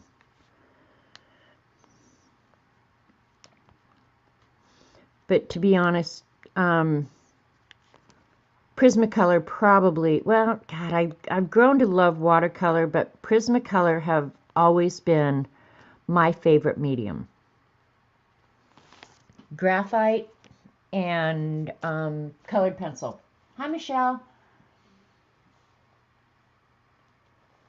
are always my favorite. And when you're doing stuff like this, you can just echo that line as long as you want. I'm going to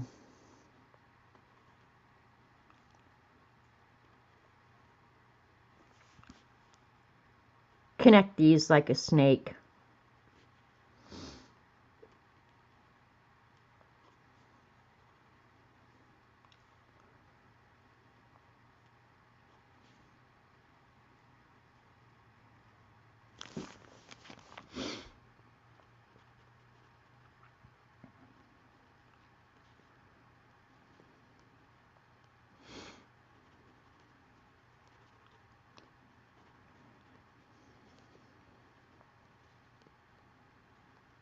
I guess I should start doing them the other way. Mixing it up a little bit.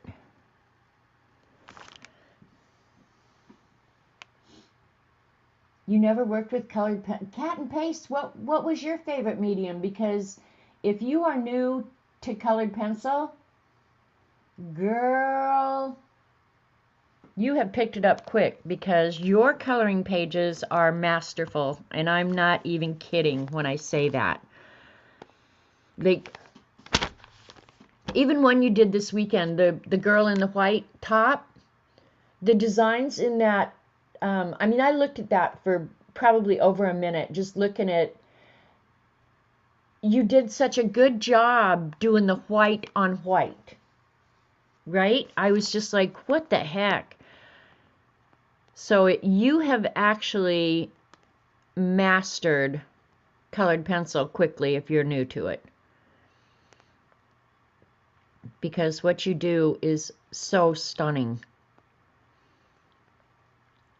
But you know what I think? I think that's indicative of how much you're enjoying what you're doing too.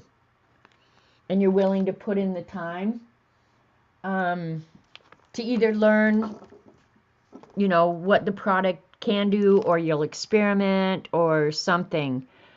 But I have to say, you have mastered it quickly if it's not your medium of choice.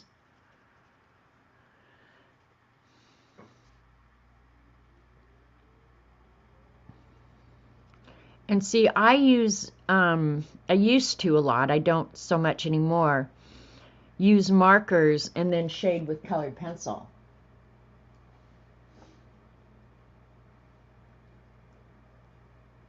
Oh, you have a Bachelor in Fine Arts. Well, no wonder you're so damn good, Kat. Oh, that just makes me feel so much better about my bad self. Because I thought, dang, if she just picked this up on her own, she is... Well, you're still impressive. Don't let me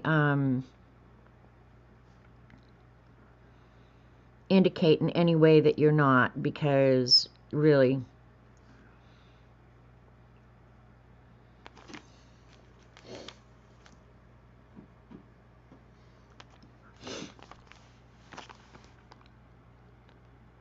Alright, now I'm going to overlap them.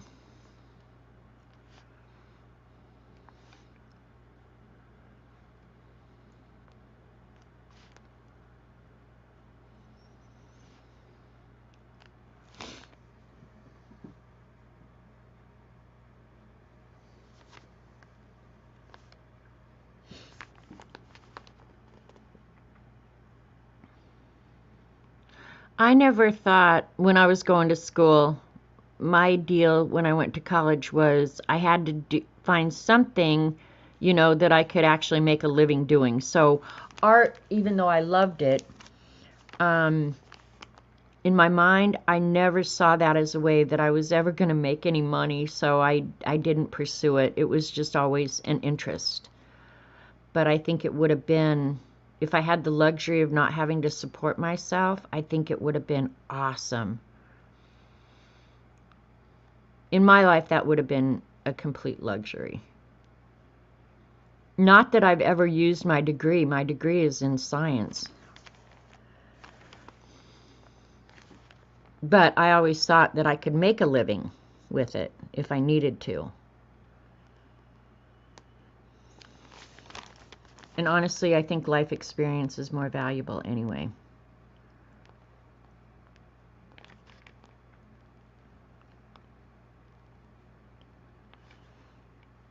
I'd hire 10 people with life experience rather than one recent college graduate.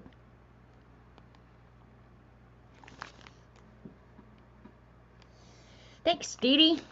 I'm liking this one a lot. But you guys, when you do this, honestly, it is just time consuming. So, but it's also very relaxing. And I never have a preconceived idea of what the end result is going to be. Whatever happens, happens, and I'm okay with it.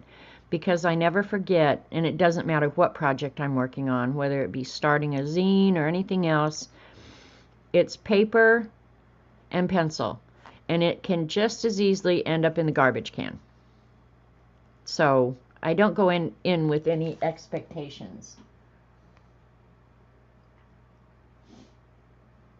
Unless you're looking for a doctor. Well, there's that, Dee Dee. Depends on what kind of doctor.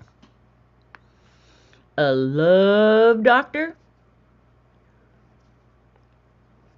Then I want somebody with some street smarts.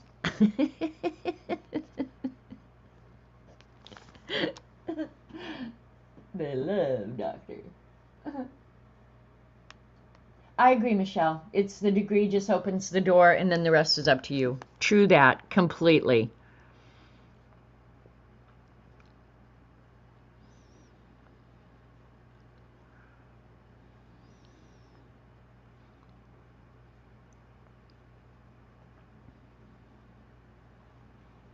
See why I have to be careful what I talk about? Like Dee Dee's talking about proctologists and I'm talking about love doctors.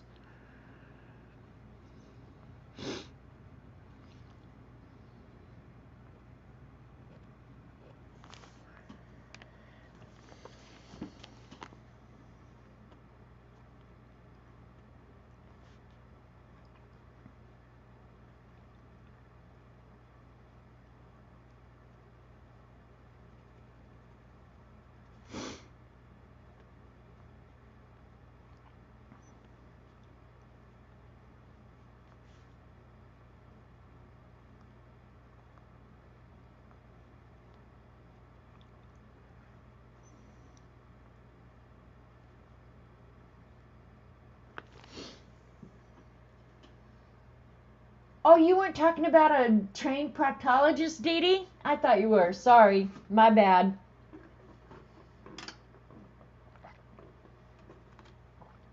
I just said doctor, you butt. Well, okay, see? If you said doctor, you butt, my mind just went to the proctology kind. I don't think that's so odd.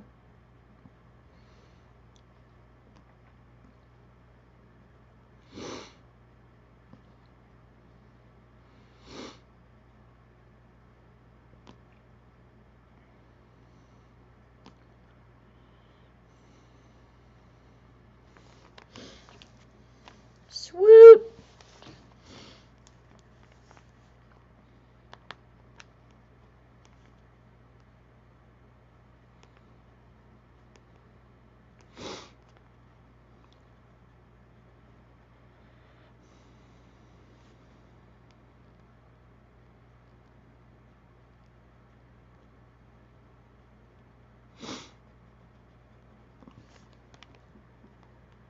That Zen is a lot of work. Zen is a lot of work, Dee Dee, for some of us. You just live in Zen. You and your clouds. You're Zened out all the time. Some of us have to work at this Zen.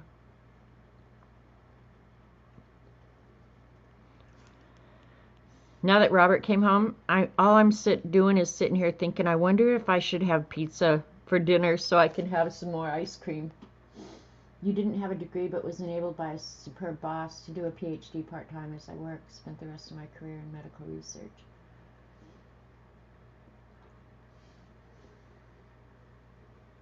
See, I think that's a good way to do it, Dorothy. Likes to use an inch and take it a mile. You think, Helen? Oh, my focus, you freak, is probably not working here. That's going to be better. It'll focus the camera. Come on. There you go. Now the camera will go ahead and focus its bad self. And then I'll move the camera.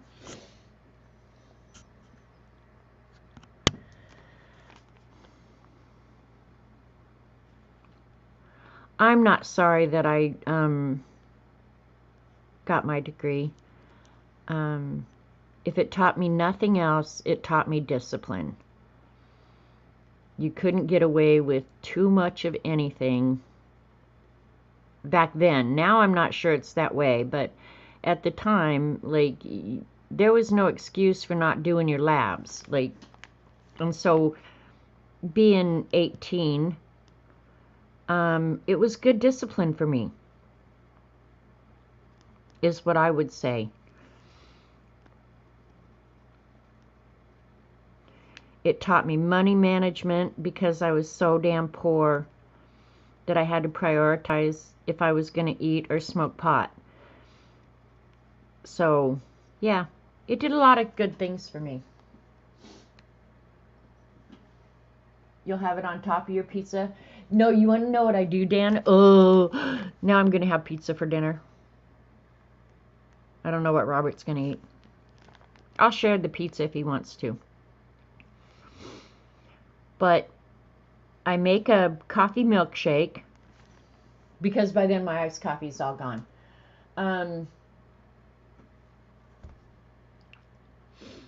But when you get down to the crust on the pizza, I make real thick milkshakes. I use the crust to dip out the milkshake and I eat it that way. That's why I was kind of freaked out that I was out of coffee ice cream, because then I'd have to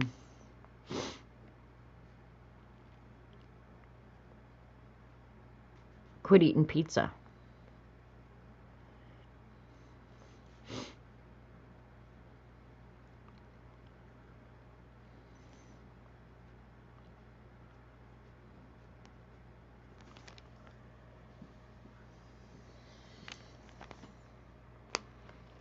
Alright, we're just going to make this one come out from behind.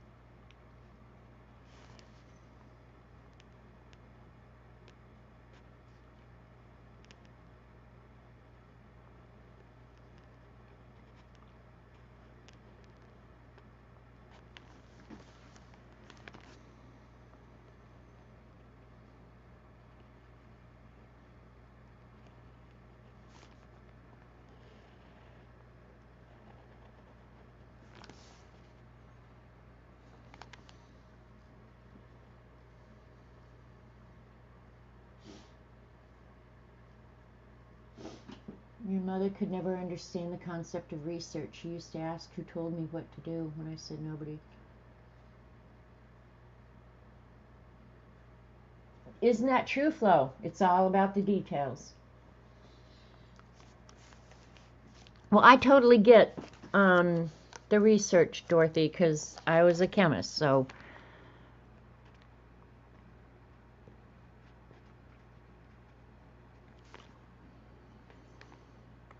But there also came a time when you realize that you've got 3 years invested, and unless you go for the full 6 or 8, all you're going to be doing is washing glassware for PhDs. And I was so damn tired of being hungry. And by then, actually, I had a pretty good job paying pretty good money, so I was like, let's give this a go.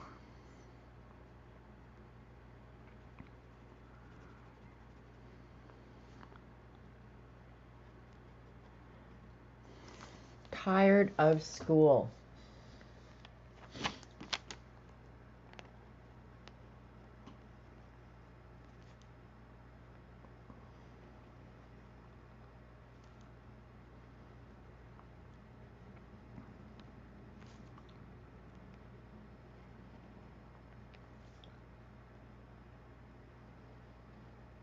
Oh, and I saw my first hummingbird this weekend.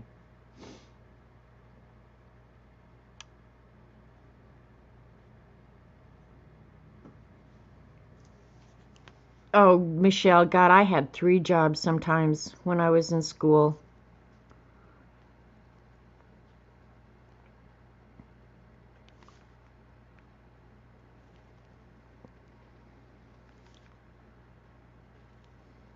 And I was actually still in school when I started the print shop. Oops. I'll move that out of the way if I'm not going to use it. And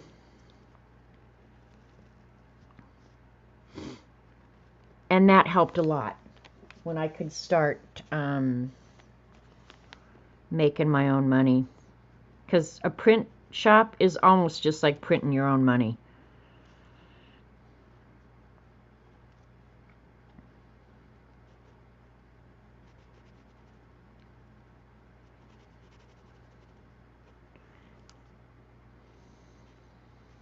But it kept me fed and buying books.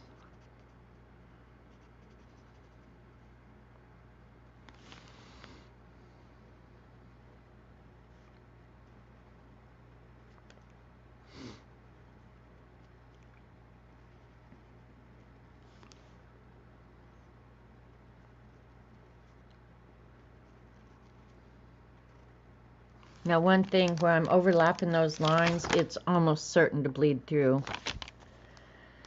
So, oh well.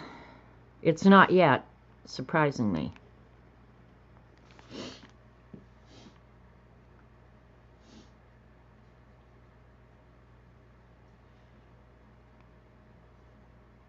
That's my question, Dee Dee. Barbara, if I could have gotten away with printing money, I so would have printed money. Actually, this is really funny. I worked for the state of Colorado, and my assignment was the student government print shop. And we had, I think it was a poster, but we had ordered the green ink that they actually use on money. And we actually, well, we filled out a bunch of paperwork first to order the ink, and we had a federal inspector come and make sure what we were doing with the ink. And it was actually for a poster where we were doing like an image of money, but we weren't actually printing money. But they watched that stuff probably far closer than you can imagine, because we were really surprised when the federal government showed up to see what we were doing with that ink. And if you ever order the linen paper, I think they have a federal agent there while you're running the job. Like well, I say they do that. I don't know if they still do it, because the design of money has changed so much.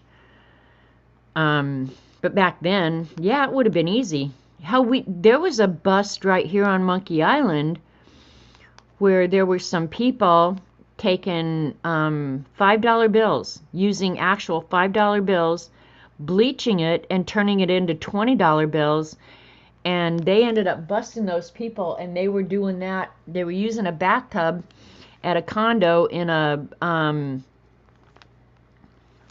building that's about 2 miles down the road from me. And apparently they were spreading this counterfeit money all over Monkey Island. And they ended up getting caught. But they were actually bleaching the money so they could get the paper. And it would feel like real money. And of course, when you pass a 20, they don't test it. Now, if they'd turned it into hundreds, they would have gotten caught quicker because they test hundreds. Yep, Elon Musk bought Twitter.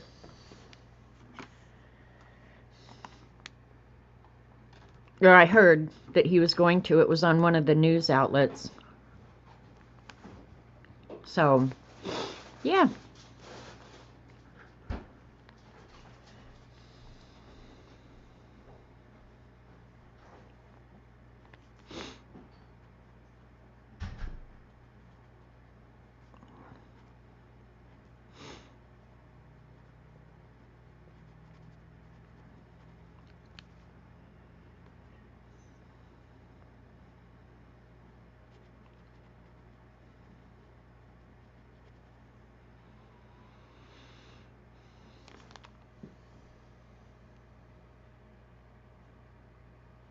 Is Twip the only monster? No, Jen. There's a bunch of different monsters. There's Opto. And I know you asked for pictures of these, and I'm sorry, I just don't have time. So what I would do is I would look through this video and just stop and do a screenshot or whatever of the monsters, okay, Jen? Because I did see your message. This weekend, I just didn't have time, and I don't see time in the forthcoming future. If I printed money, yeah, it'd be a whole lot prettier than the crap we've got. It would be like European money. European money is colorful and pretty. Our money is boring. But don't let that think for a minute that I don't love money. I love our money. I especially like the money when it has lots of zeros and commas. That's when I'm really happy with the money. You could have puke on it and I would still like it.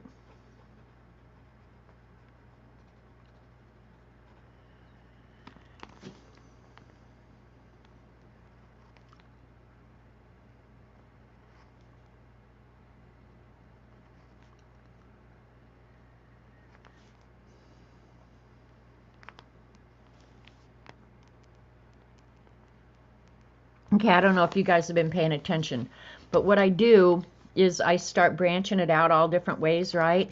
And then when these, well, I'll show it to you when it happens because it's going to happen here momentarily.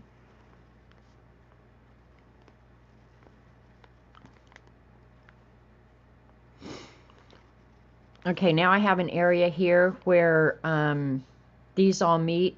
And I could go ahead and do another design in there. Well, let's do that. But what I do is generally just make a line in each of the directions and let it all just disappear down in the center. Yeah, our money is pretty monotone for sure.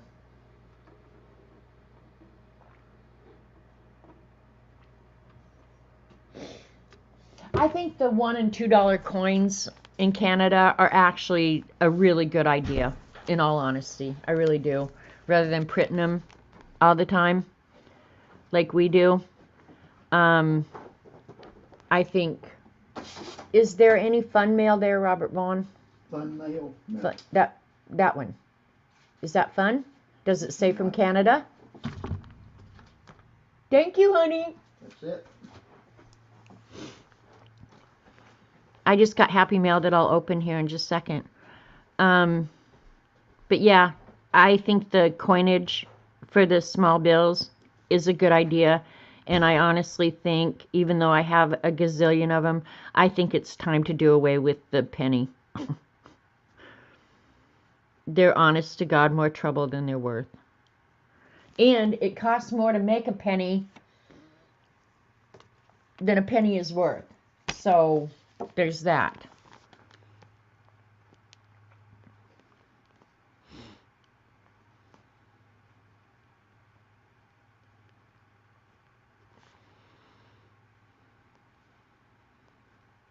Of course, I haven't looked up the price of copper, but for some years now it's been more expensive to create a penny than the penny is actually worth. So, okay, we're gonna take a break and do Happy Mail because we are not anywhere adults like Dee Dee. If Dee Dee got this, well, maybe not while she was streaming, so the circumstances are quite different. But if Dee Dee got this, she would honestly wait to open it. What is that about?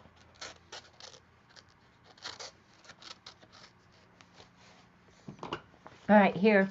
I can't show you the envelope because it's got addresses and stuff on it, but I get to open it. Ready, set, oh. We'll get this out of the way so we don't interfere. Have to move the camera out a little bit.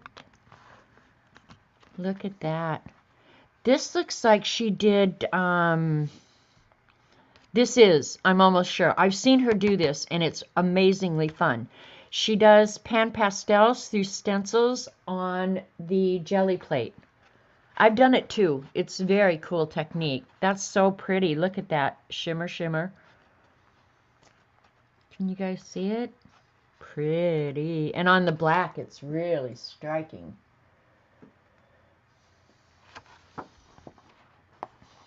What?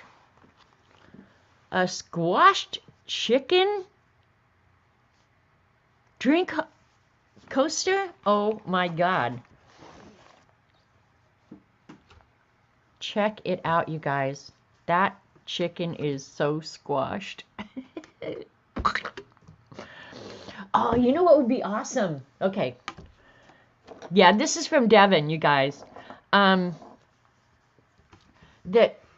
when you had company and you got this out, I wish there was some way.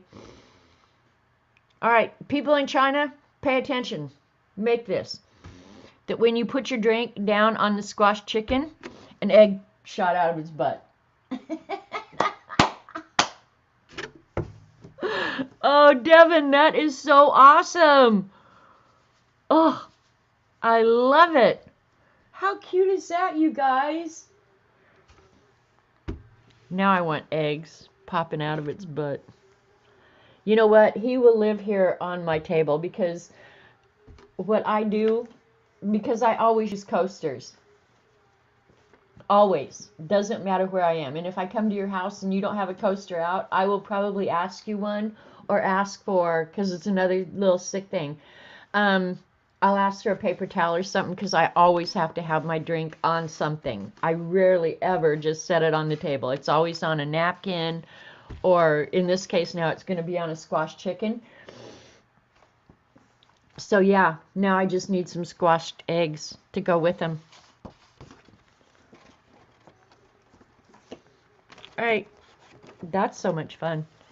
I'm so happy now. You make me smile. Aw, Devin. Look at how cute that is. Thanks for all the laughs. I thought you might enjoy these tidbits. Aw, Devin. Thank you so much for thinking of me and sending me stuff. Okay, now I do have a container that I know where these belong. Napkin. This is a cool napkin. I've not ever seen one like this. So when you open it up, you get different designs. You get oranges, cherries, cut apples. Cool. Very cool.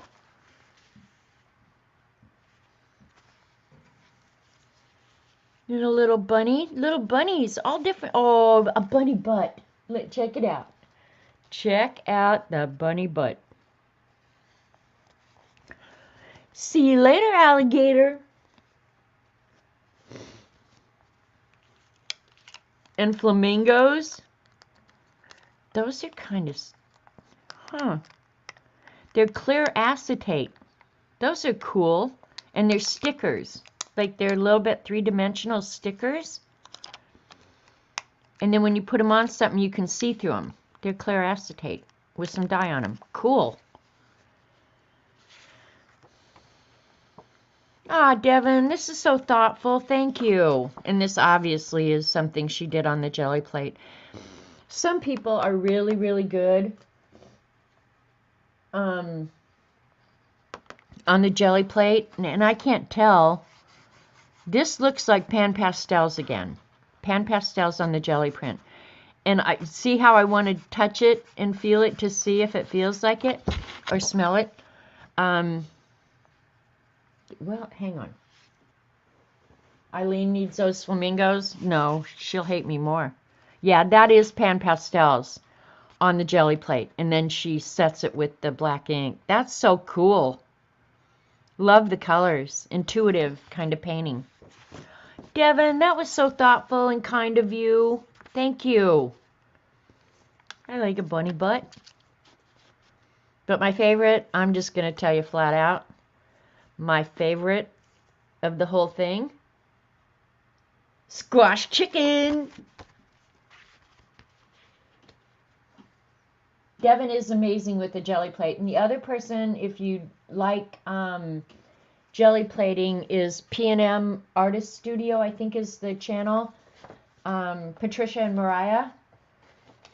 Man, they do some seriously cool jelly printing. And they did one the other day, maybe a couple weeks now.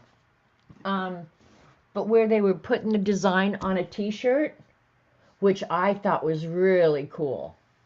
I would wear my own jelly print shirts. No, I wouldn't. Come on. No. My shirts just look like they've been on a jelly plate when really they've never been anywhere near one. Hey, Judy. So thank you, Devin. And you've got mail on its way, too. It's funny, because I don't send out happy mail, not like Dee Dee at all.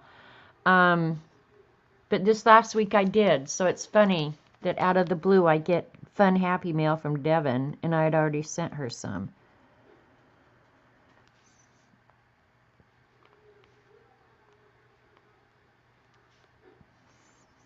That's a fun little thing in the middle of the day. Squashed chicken.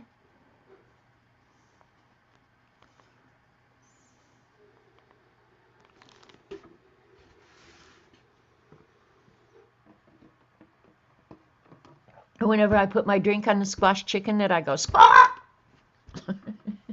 Squawk! See what I do all day long?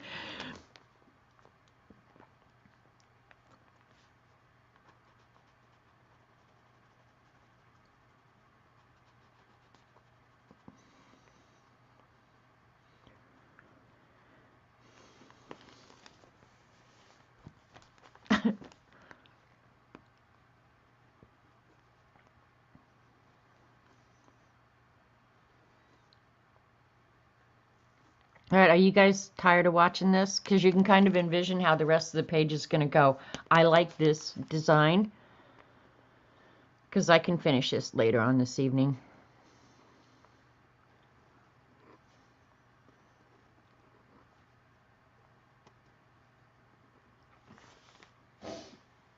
Senility has never been so fun. You think, Dan?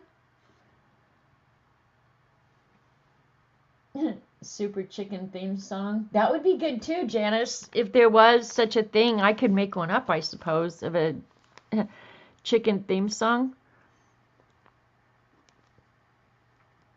And just to break it up, I just sometimes go in the other direction. Doesn't have to really connect to anything. Because ultimately what I'm going to think about, and I'll just go ahead and finish this part of the page, is what the shading is going to do. Because that's my favorite part.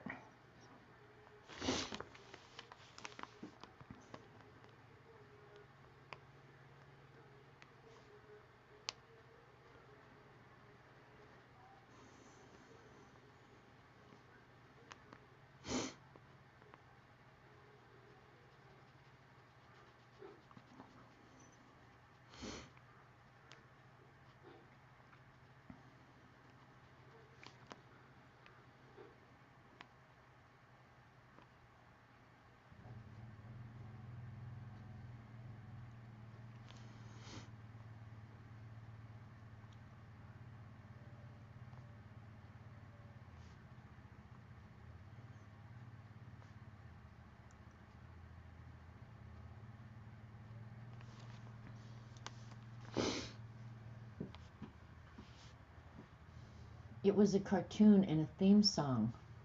Well, I had a little chicken and she wouldn't lay an egg, so I rubbed hot water up and down her leg, and the gosh darn. Barbara, is that a real thing or did you just make that up? If you just made that up, you are quite the inventor, song inventor person.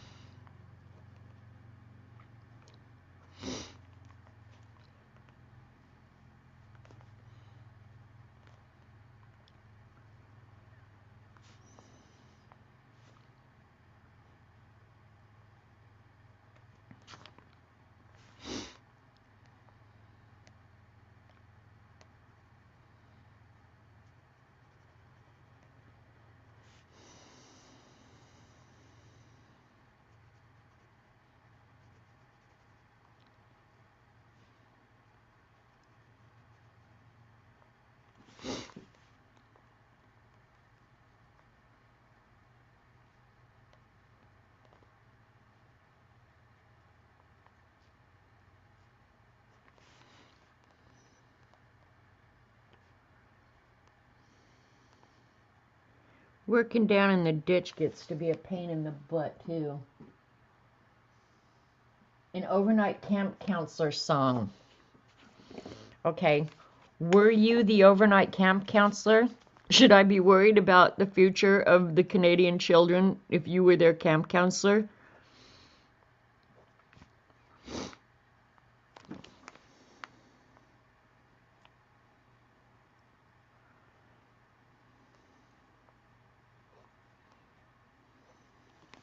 I'm pretty sure nobody would ever let me be a camp counselor.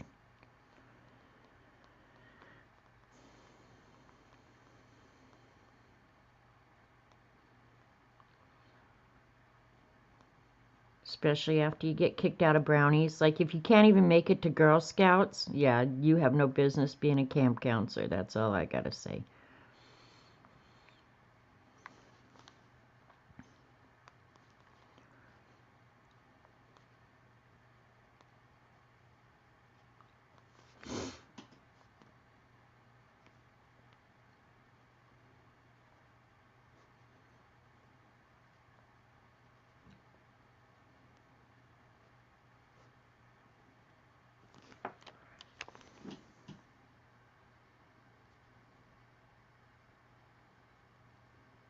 Okay.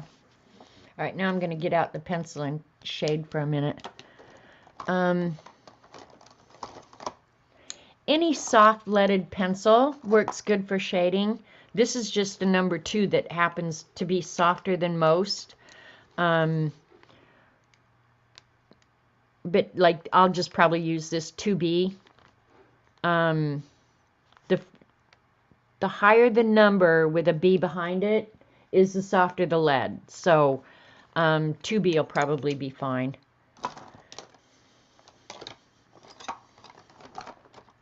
And this poor monkey got stuck on my pencil.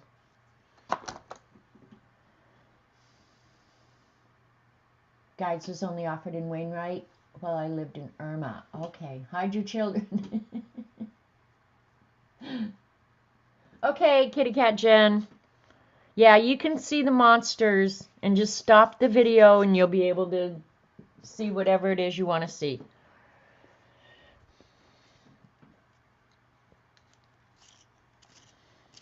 What I would do is go to my nearest Hobby Lobby and see if they have any of the books left.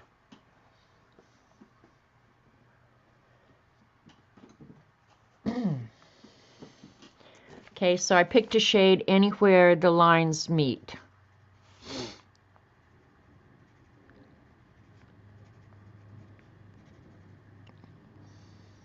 And that's a potential for very cool shading.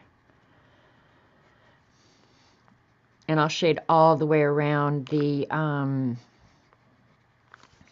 little monster, so he'll stand out. But just remember, when you're shading, just make a shade wherever your lines meet, because they're converging, right? It's always the safest.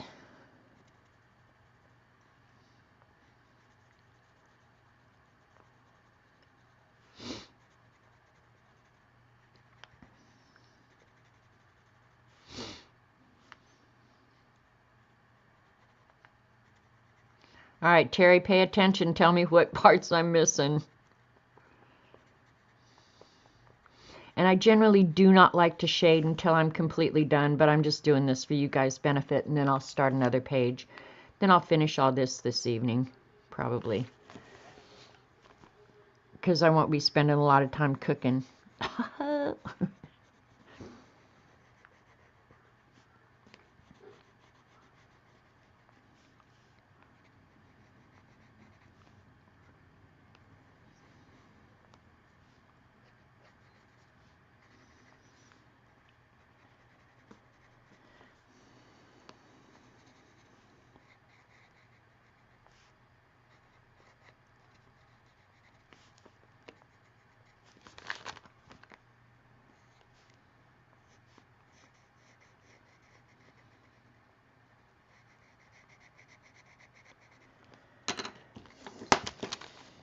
All right, and then somewhere around here, just grab a paper stump, quadrillion, whatever you call them. Pay attention, Terry. Tell me what I goof up, okay, please? That's just a favor. It does not increase your pay.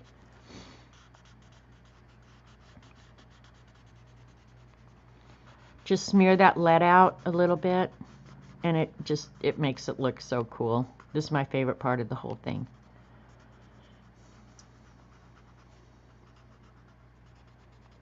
Try it.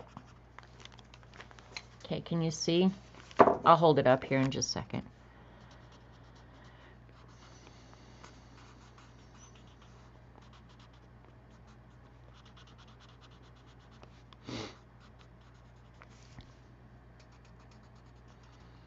And if you forget a place, there's usually enough graphite on your paper stump to go ahead and do it if you forgot.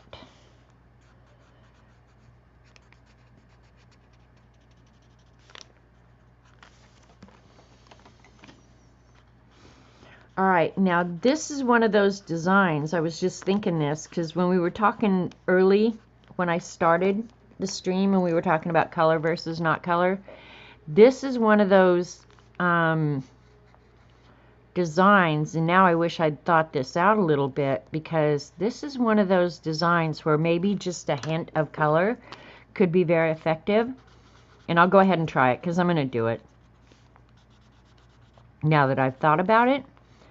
But if I'd have made those circles where they all connect a little bit bigger to color those in red, I'm going to do it, but that could be very effective on this design. Would look very cool, very.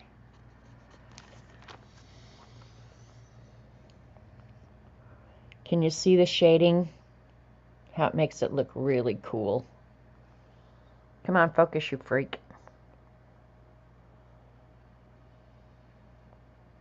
It ain't working. All right, we're going to give it a go. See if I have a red pen around here. Do you guys use up red pens really fast? I do. I can never find a cool red pen. There's got to be one around here. All right, I'll just use this one. A Creative Memories fine tip. It probably will bleed through, so we'll see.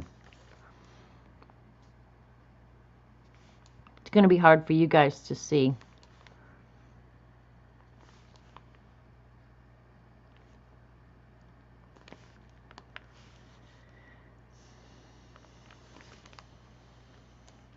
Now I wish I'd make those circles bigger, but oh well. Sweet! Doesn't the shading make a big difference, Terry? Twip looks like he's floating above the Zentangle. Well, of course, because down there, being the DEA agent that he is, down there is what all the people who are doing the drugs that he's looking for, that's what they're seeing. And he's flying all above it, going, oh, we've got a bunch of drug addicts down there. Let's go look. Don't you think? Does that make sense?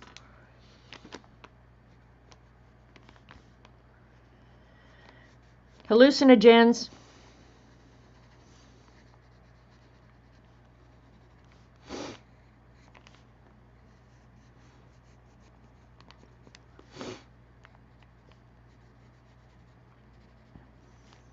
Now I can't stop.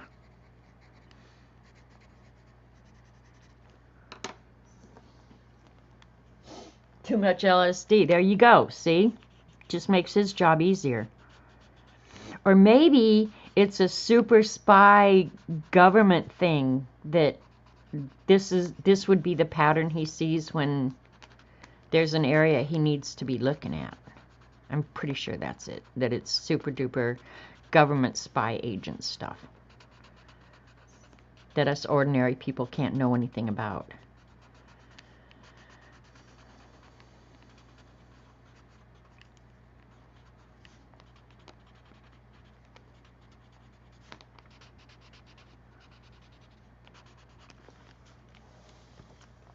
Okay, this page I'm going to end up loving. a lot. Like a pot field?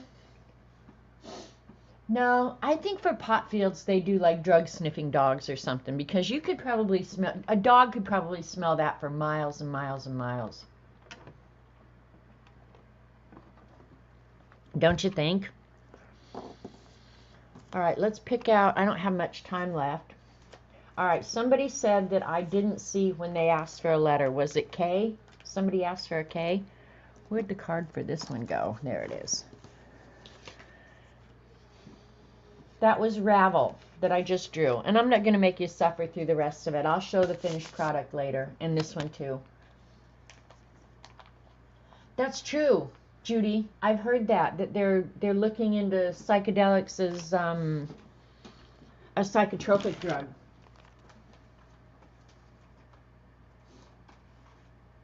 Which is kind of crazy. But I think somebody earlier said K. Let's look at K. I'll wait and see.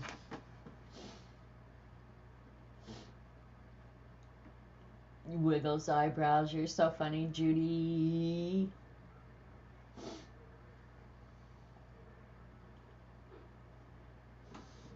Oh, I'm pretty sure it was K.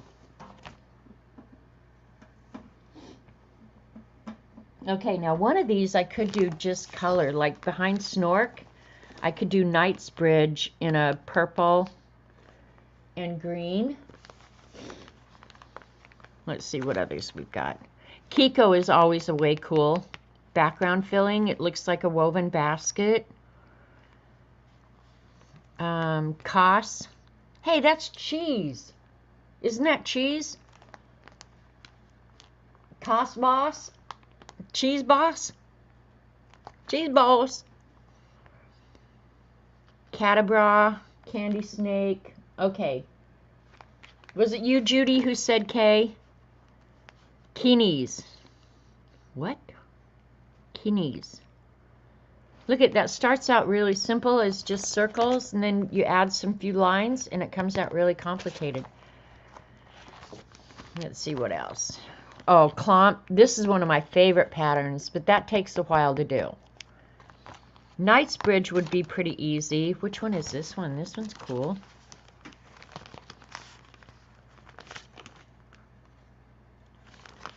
This is called Conch. This was actually in one of the Zentangle prompt lists that I put out, this Conch one, because I had never drawn it before.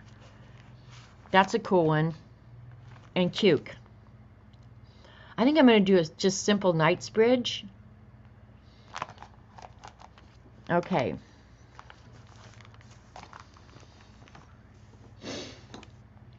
The thing I like to do with some of them is draw a circle. I think I'll draw a circle around Skork. Our buddy Skork here. Ouch. My knee is all messed up. Let me find a circle template. I should have one over here. See if it's big enough to draw around Skork, old buddy. Like a magnifying glass? Check it out. Check it out. Yep, yep, yep. We're going to draw a circle around Skork, old buddy.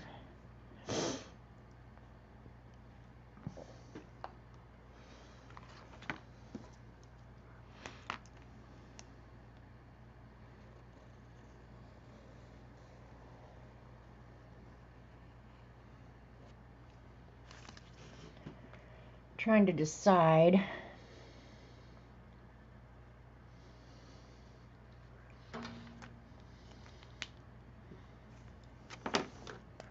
All right. Skork is actually in real life a gang member. Now, when I decided he was a gang member, of course you have to come up with the gang's colors and what the other names of the gang members are. But Skork is a gang member, but I have not determined yet what gang he belongs to. I've got to make that up. And I've got to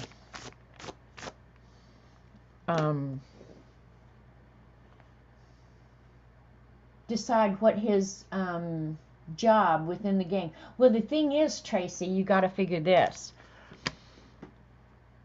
When I say gang, you guys automatically think of the drug dealing little creeps who stand out on street corners. Have you ever considered that we could just as easily have gangs of nice people who go around and do random acts of kindness? Hello? So I thought of all this. Now I'm just repeating. I'm just puking out what I already thought. Should Skork be a gang member who is a criminal little bastard, or is Skork a good guy that goes around and does random acts of kindness in his life? What do you think? Okay, now I'm going to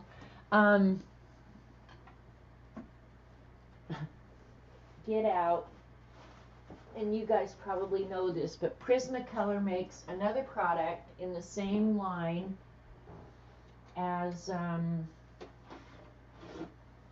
the Prismacolor. It's a product called Verithin. And this is just a box of random pencils. I like him as a good guy. Those are few. Okay, he'll be a good guy then. But this box is full of every kind of pencil. It's got Crayola. It's got probably Rose Art. It's got just about everything in it. But the Verithin products, the Eagle Verithin, they are the Prismacolor pigments, but they are a hard lead. So when I draw something that I want to use Prismacolor R and I'm not drawing in ink or anything like that, I will typically use the Verithin pencils. Yeah. And the reason these are all full-blown, you know, like they're big, is because they're, look at Beryl Verithin. I'm going to use, well, I don't know. Yeah. My other set is in the Art by the Couch, because I do use the Verithins. I'm going to use the True Blue. Am I going to use that? Or am I going to use the darker blue? Ugh, it's so hard to be me. They're more good guys than bad. Exactly. So, okay. Teresa says I've got to write that down so I don't have to come back and remember it later. I'll put it on a post-it so I can put it on the page. All right, what is RIK?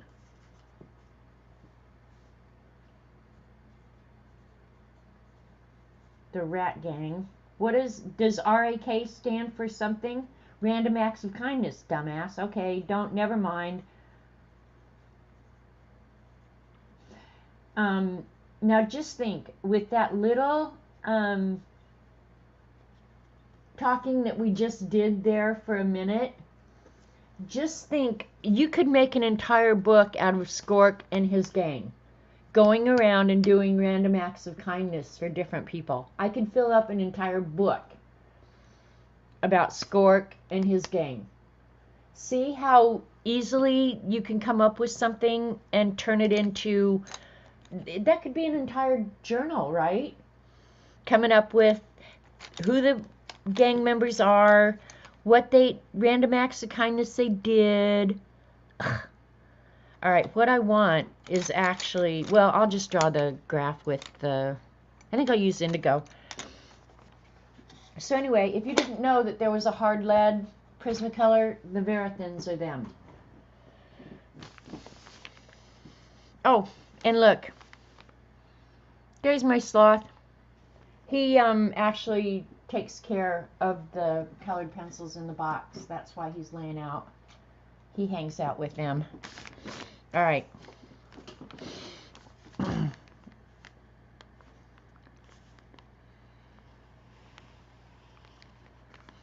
This pattern that I'm doing right here is called Knightsbridge.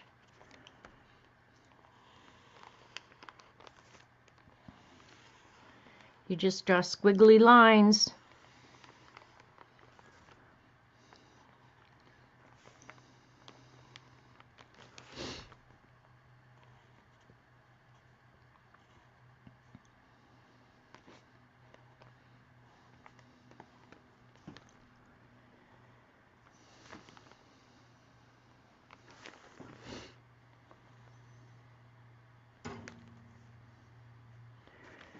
Okay, now let's just say he's actually in a magnifying glass.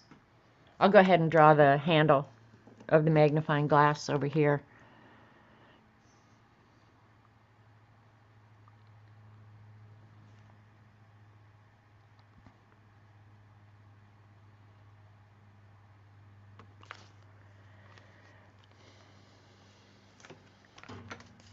Let's see if I wanted a border around that. Nope, not going to work. The Fibs gang, that could be another one. And then I could name monsters after you guys. Of course, what a magnifying glass does is blow everything up. So in the magnifying glass, this, oops, but I do want a little bit of white around him. So go ahead and plan that first.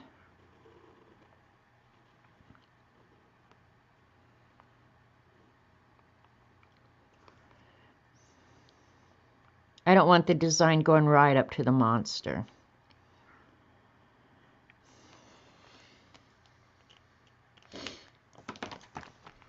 And you don't have to connect it to anything, okay? Just make the design bigger.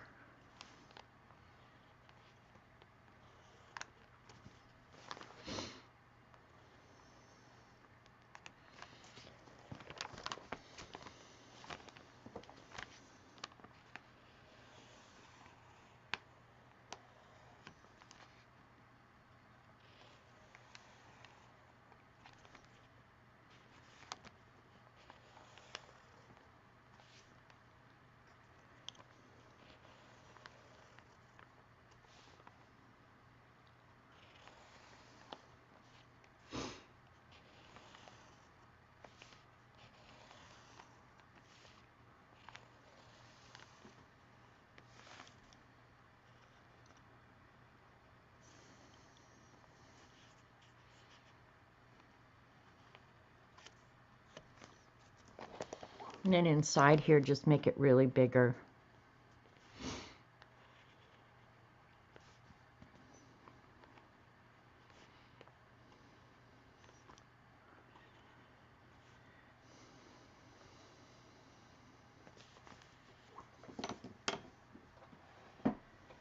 He's tiny. Yeah, just think. If he's under a magnifying glass, he's probably maybe the size of a flea in real life. Maybe he's good to all the other flea-like creatures in the universe.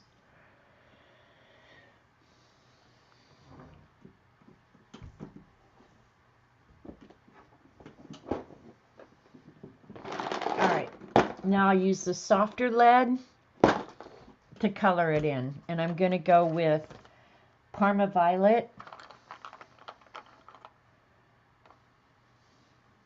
Oh man, don't tell me. Oh no, there it is. Whew.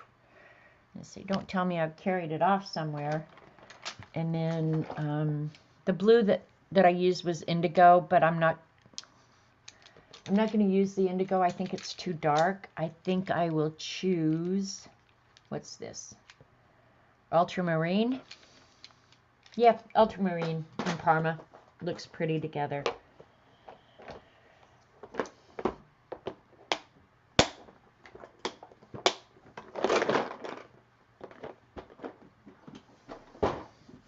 And now really all you're going to be doing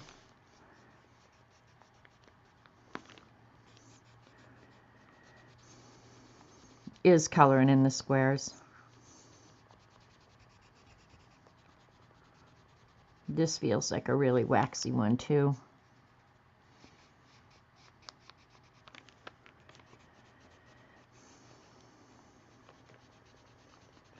I wonder what, do people, like Lena said, she must have gotten a bad batch that she's noticed that they're really waxy. How many people maybe who had gotten a hold of some of the Prismacolor pencils when their quality was so crap and now have a bad taste in their mouth about the Prismacolors. Because if you get a good set, they're so creamy and nice.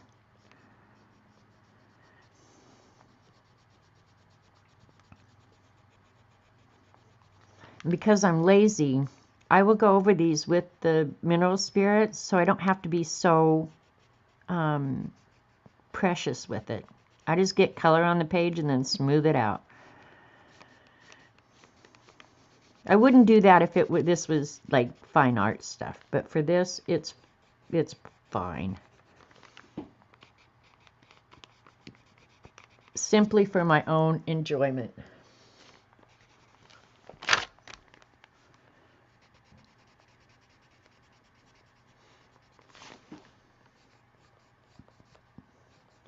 I probably will pick a darker blue after I get it smeared around with the mineral spirits and go darker up next to the lines, like there's a hump in the design.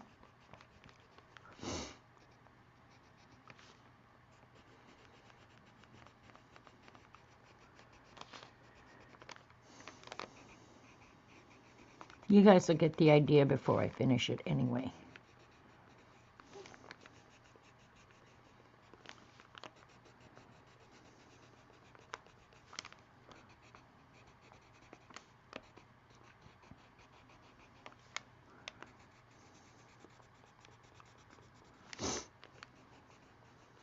Not paying attention to chat. I'll check in just a second. Here we go.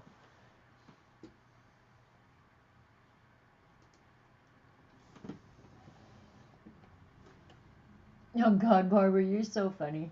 Our pal Skork. Hey Rachel, welcome back.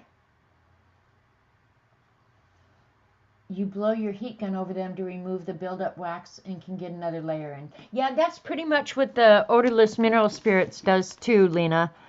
Is you can do as many, layers as you want because it actually puts the pigment down into the fibers of the paper.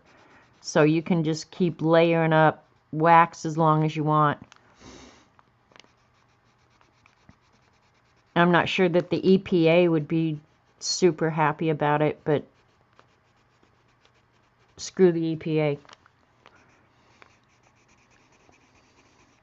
No, I think after it evaporates, there's absolutely no odor. You have no idea that you've put it on your paper, honestly.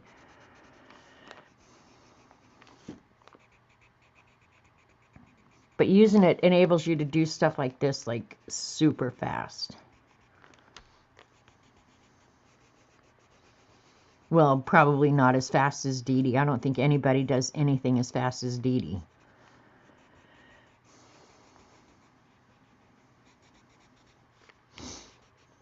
Like one of her collages, I'd be a week doing that. Boom, hour, she's done. See ya, got other stuff to do.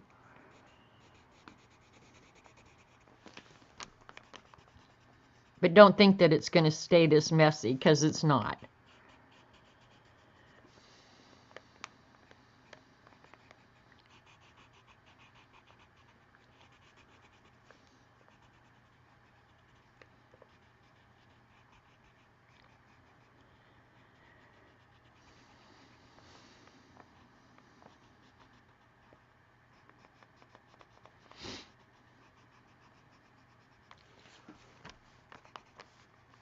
Hey, Lena, since you're here, did you go read? I wrote back to you on Twitter this morning.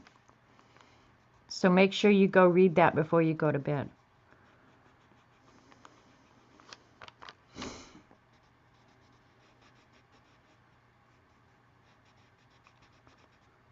I don't even know what time it is in Denmark. Have no idea.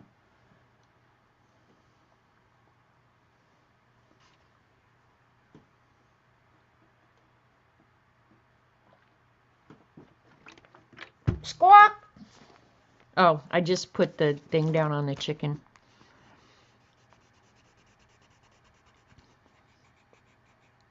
Squash chicken. That's the best thing. Rachel, you weren't here. I have to show you what Devin sent me.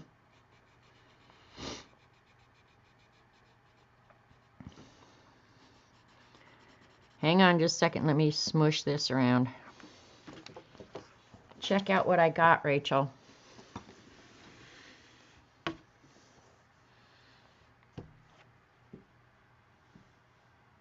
Yep, I read it, you funny freak. It's 10 o'clock. Okay, I figured it was probably getting close to your bedtime. There. Squash chicken. Squawk!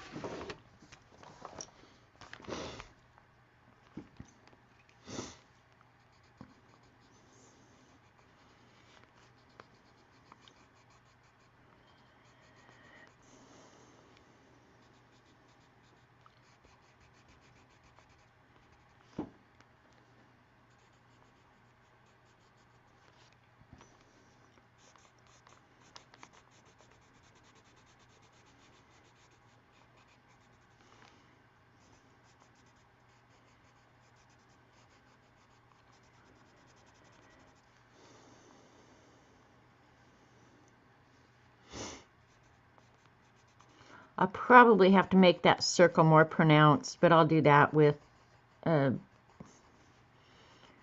probably a bigger marker later.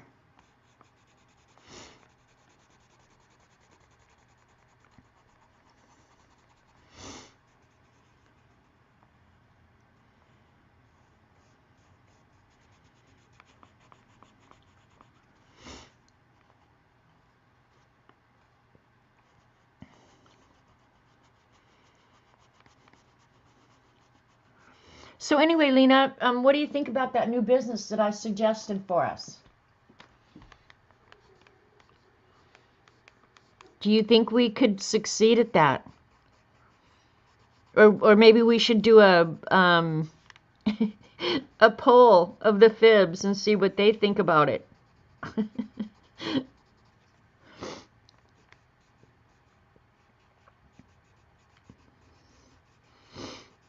And when I wrote that, Lena, I wasn't sure. Okay, let me tell you guys what the thing was. Lena and I were going to start robbing banks together, but I'm a little afraid of that. So I thought maybe her and I could learn a new accent, a foreign accent, and we could start soliciting extended car warranties to you guys. What do you think? You think we should do that? I think I could be quite good at that. Hi, could I speak to you today about your extended warranty on your car? But the thing I wondered when I wrote that, Lena, was, do you guys even have that in Denmark? After I wrote it, I was just like, you know what? They may not even have extended warranties. Oh yes, I rely on it as my retirement plan. First place to rob. Got to be Jet Pens, right? Of course. Hello. Start doing the scam on the Jet Pens people. Can we speak to you today about the extended warranty?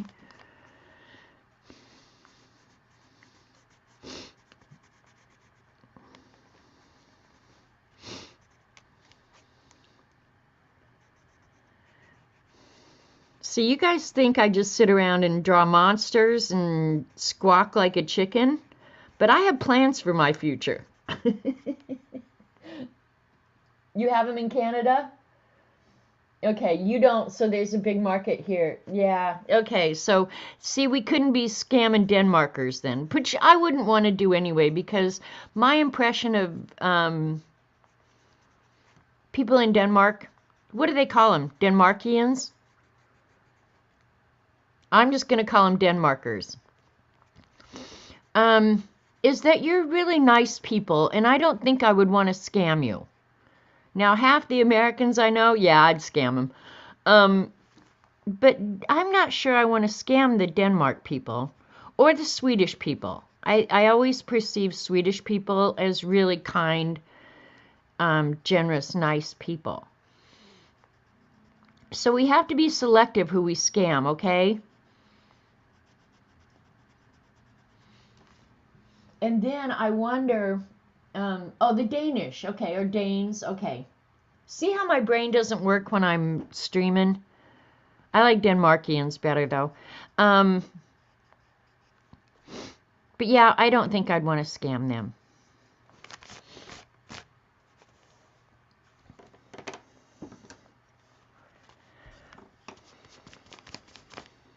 All right, since I've only got a few minutes, I'm going to quickly, what did I do with the, no, I'll just get a new one. Probably threw it away.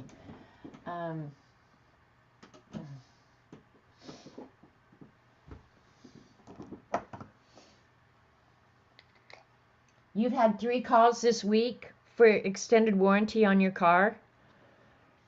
Well, next time they call, Dan, go ahead and talk to them. Go ahead and let them connect the call, and then explain to these people that you're a poor American. You're not a rich American, so it's not like you can even afford a car. But if they could put you in touch with the people who are willing to extend their warranties, that you would like to connect with those people, because maybe they would be kind enough to give you some money so that you could afford a car. See, I would turn the scam around on these goofballs and just say, I am so poor. I would love to have a car that I could extend the warranty on. Do you think you could pass on that database to me? And then tell them about your divorce and all the reasons that you're really poor. Like you're paying child support for 12 children, and 3 of them you don't even know if they're yours. And you'd like to get DNA tests for them. Would they consider doing some scam calls to get DNA tests for the kids that you're not sure if they're yours? Just turn this whole thing around on them. Okay, Dan, you've got homework, buddy. If you're getting 3 times a week, by next week this time, you should have a database of people who are dumb enough to do the extended warranty thing, and maybe they'll give you money to get DNA tests for your unknown children. Dan, get on it today.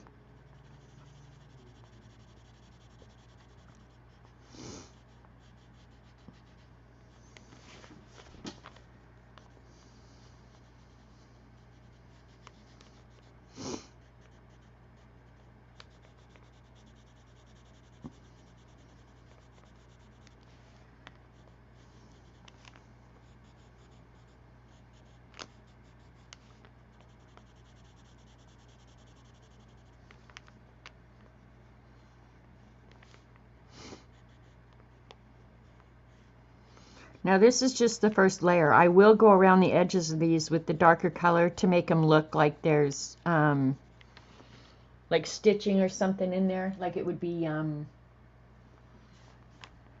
like a quilt or something. You know what I mean, Jelly Bean?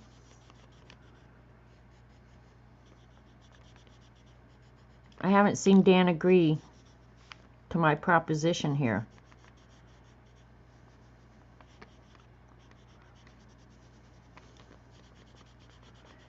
And Dan, if you're successful, Lena and I might let you in the business. But you really have to work on that accent, because I'm pretty sure that you've got some sort of hillbilly accent. Well, no, the hillbilly accent is going to work in your favor to get the database from these scammers. But after that, you're going to have to work on a better accent so that we can do the opposite scam, okay?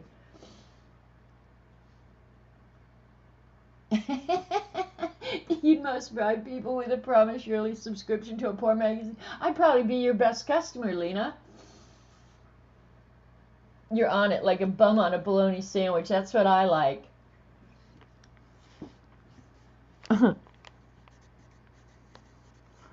I think we've got an enterprise going here.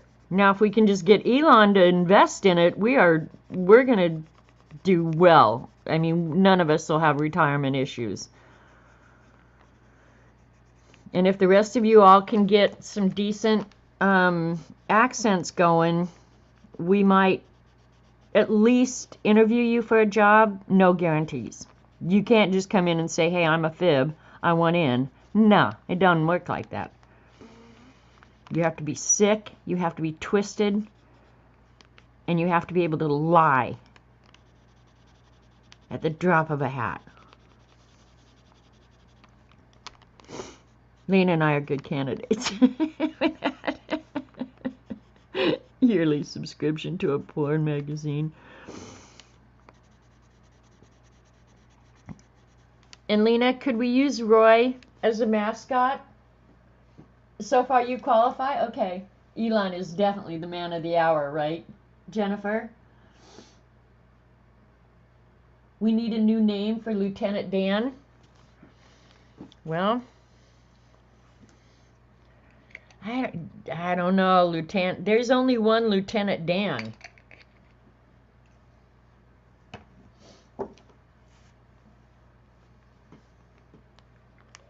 You think he just spent 44 million wondering what he has left? That wasn't million, Sharon. I'm pretty sure that was a B in front of that amount of money.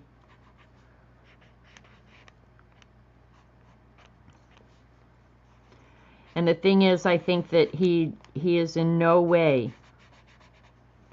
an ignorant person, but I think he's also very principled. And some of his ventures, I'm sure, he expects to be money-making. And who knows, maybe Twitter will turn out to be a money-making scheme. But I think in this case, this is entirely principle. I think the man is just putting his money where his mouth is because he can. And wouldn't it be nice to be in that position where you want to make a difference in this world? You see a huge problem and you do whatever you can, including spending billions of your own money and somebody else's as well. That's not all his. He did have to get investors. But put your money where your mouth is. I think that's fabulous. I'm all for it.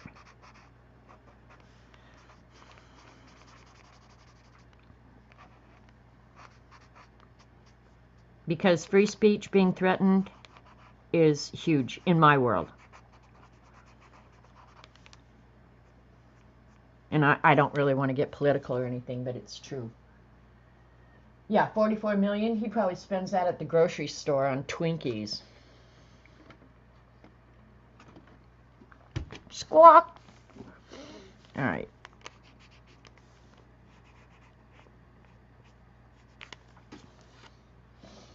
Now let me find the dark blue. Did I get that out? I had it out. Darn it, and I put it away. Alright, I'm almost time here.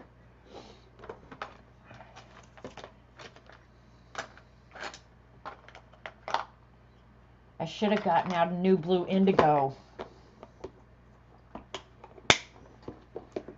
I'll just have to get out my backup supply again.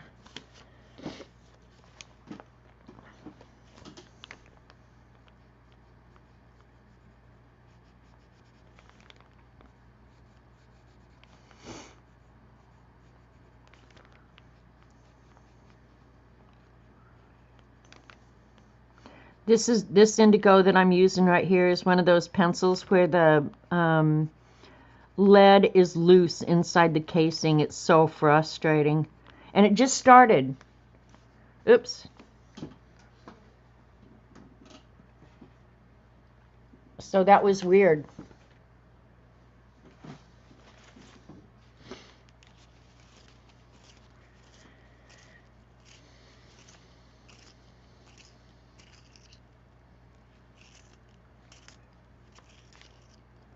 Thanks, Dorothy. Yeah, see. I need a new indigo blue pencil. What'd Barb say? Oh, all the art supplies for 44 mil? Ugh. You know what the problem is? And y'all are right there with me, so don't say you're not. I think the more art supplies you have, the more stymied you become in arting. Like, it's almost like a supply overload. You know what I'm saying? And I'm sure some of you feel it. I know I do at times. And that's why I typically will fall back on my favorites. My Prismacolor, my Daniel Smith, or my M. Graham watercolors. And that's why sometimes I just have to make myself use something different than my old favorites because I have so many to choose from. It almost like renders me unable. And I don't think I'm the only one that has that issue. And I'm only doing these first 2 rows. I'll finish the rest of it later.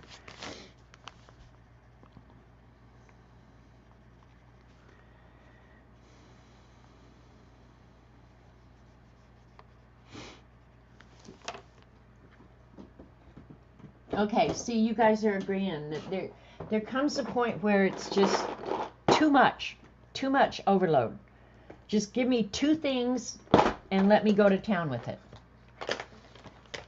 It's just too much. Or like the watercolors, that was a different sort of thing because it's not like just getting a second set of colored pencils. That was a real learning curve. It wasn't like you could just buy a set of watercolors and become proficient. You had to spend time with them and learn it, and I don't even begin to pretend that I'm proficient at watercolors. I mean, I think that takes years and years. But yeah.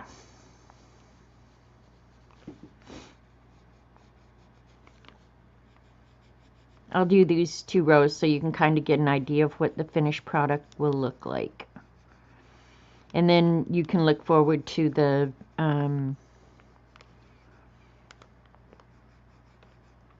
stories from the gang member later. Skork.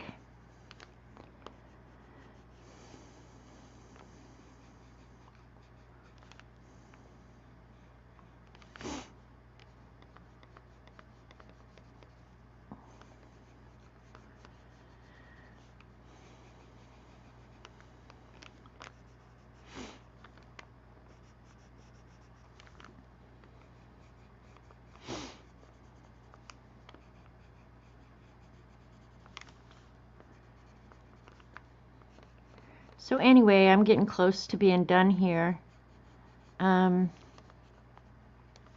Thanks for coming and hanging with me today. You guys are the best.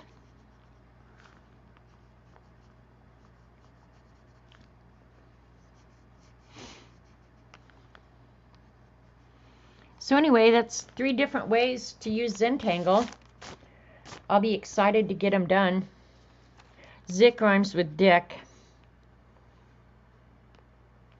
And he is the, okay, here we have Twip, who's a DEA agent. This is actually a cartel member and a drug dealer. Skork is a good guy gang member. And Ferp is a cop in a metro area. So do you think in the back of my mind somewhere I have all these guys connected? Do you think?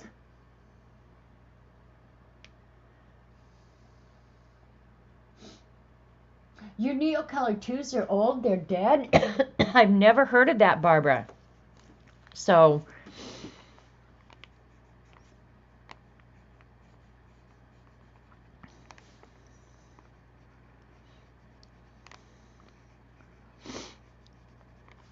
Anyway,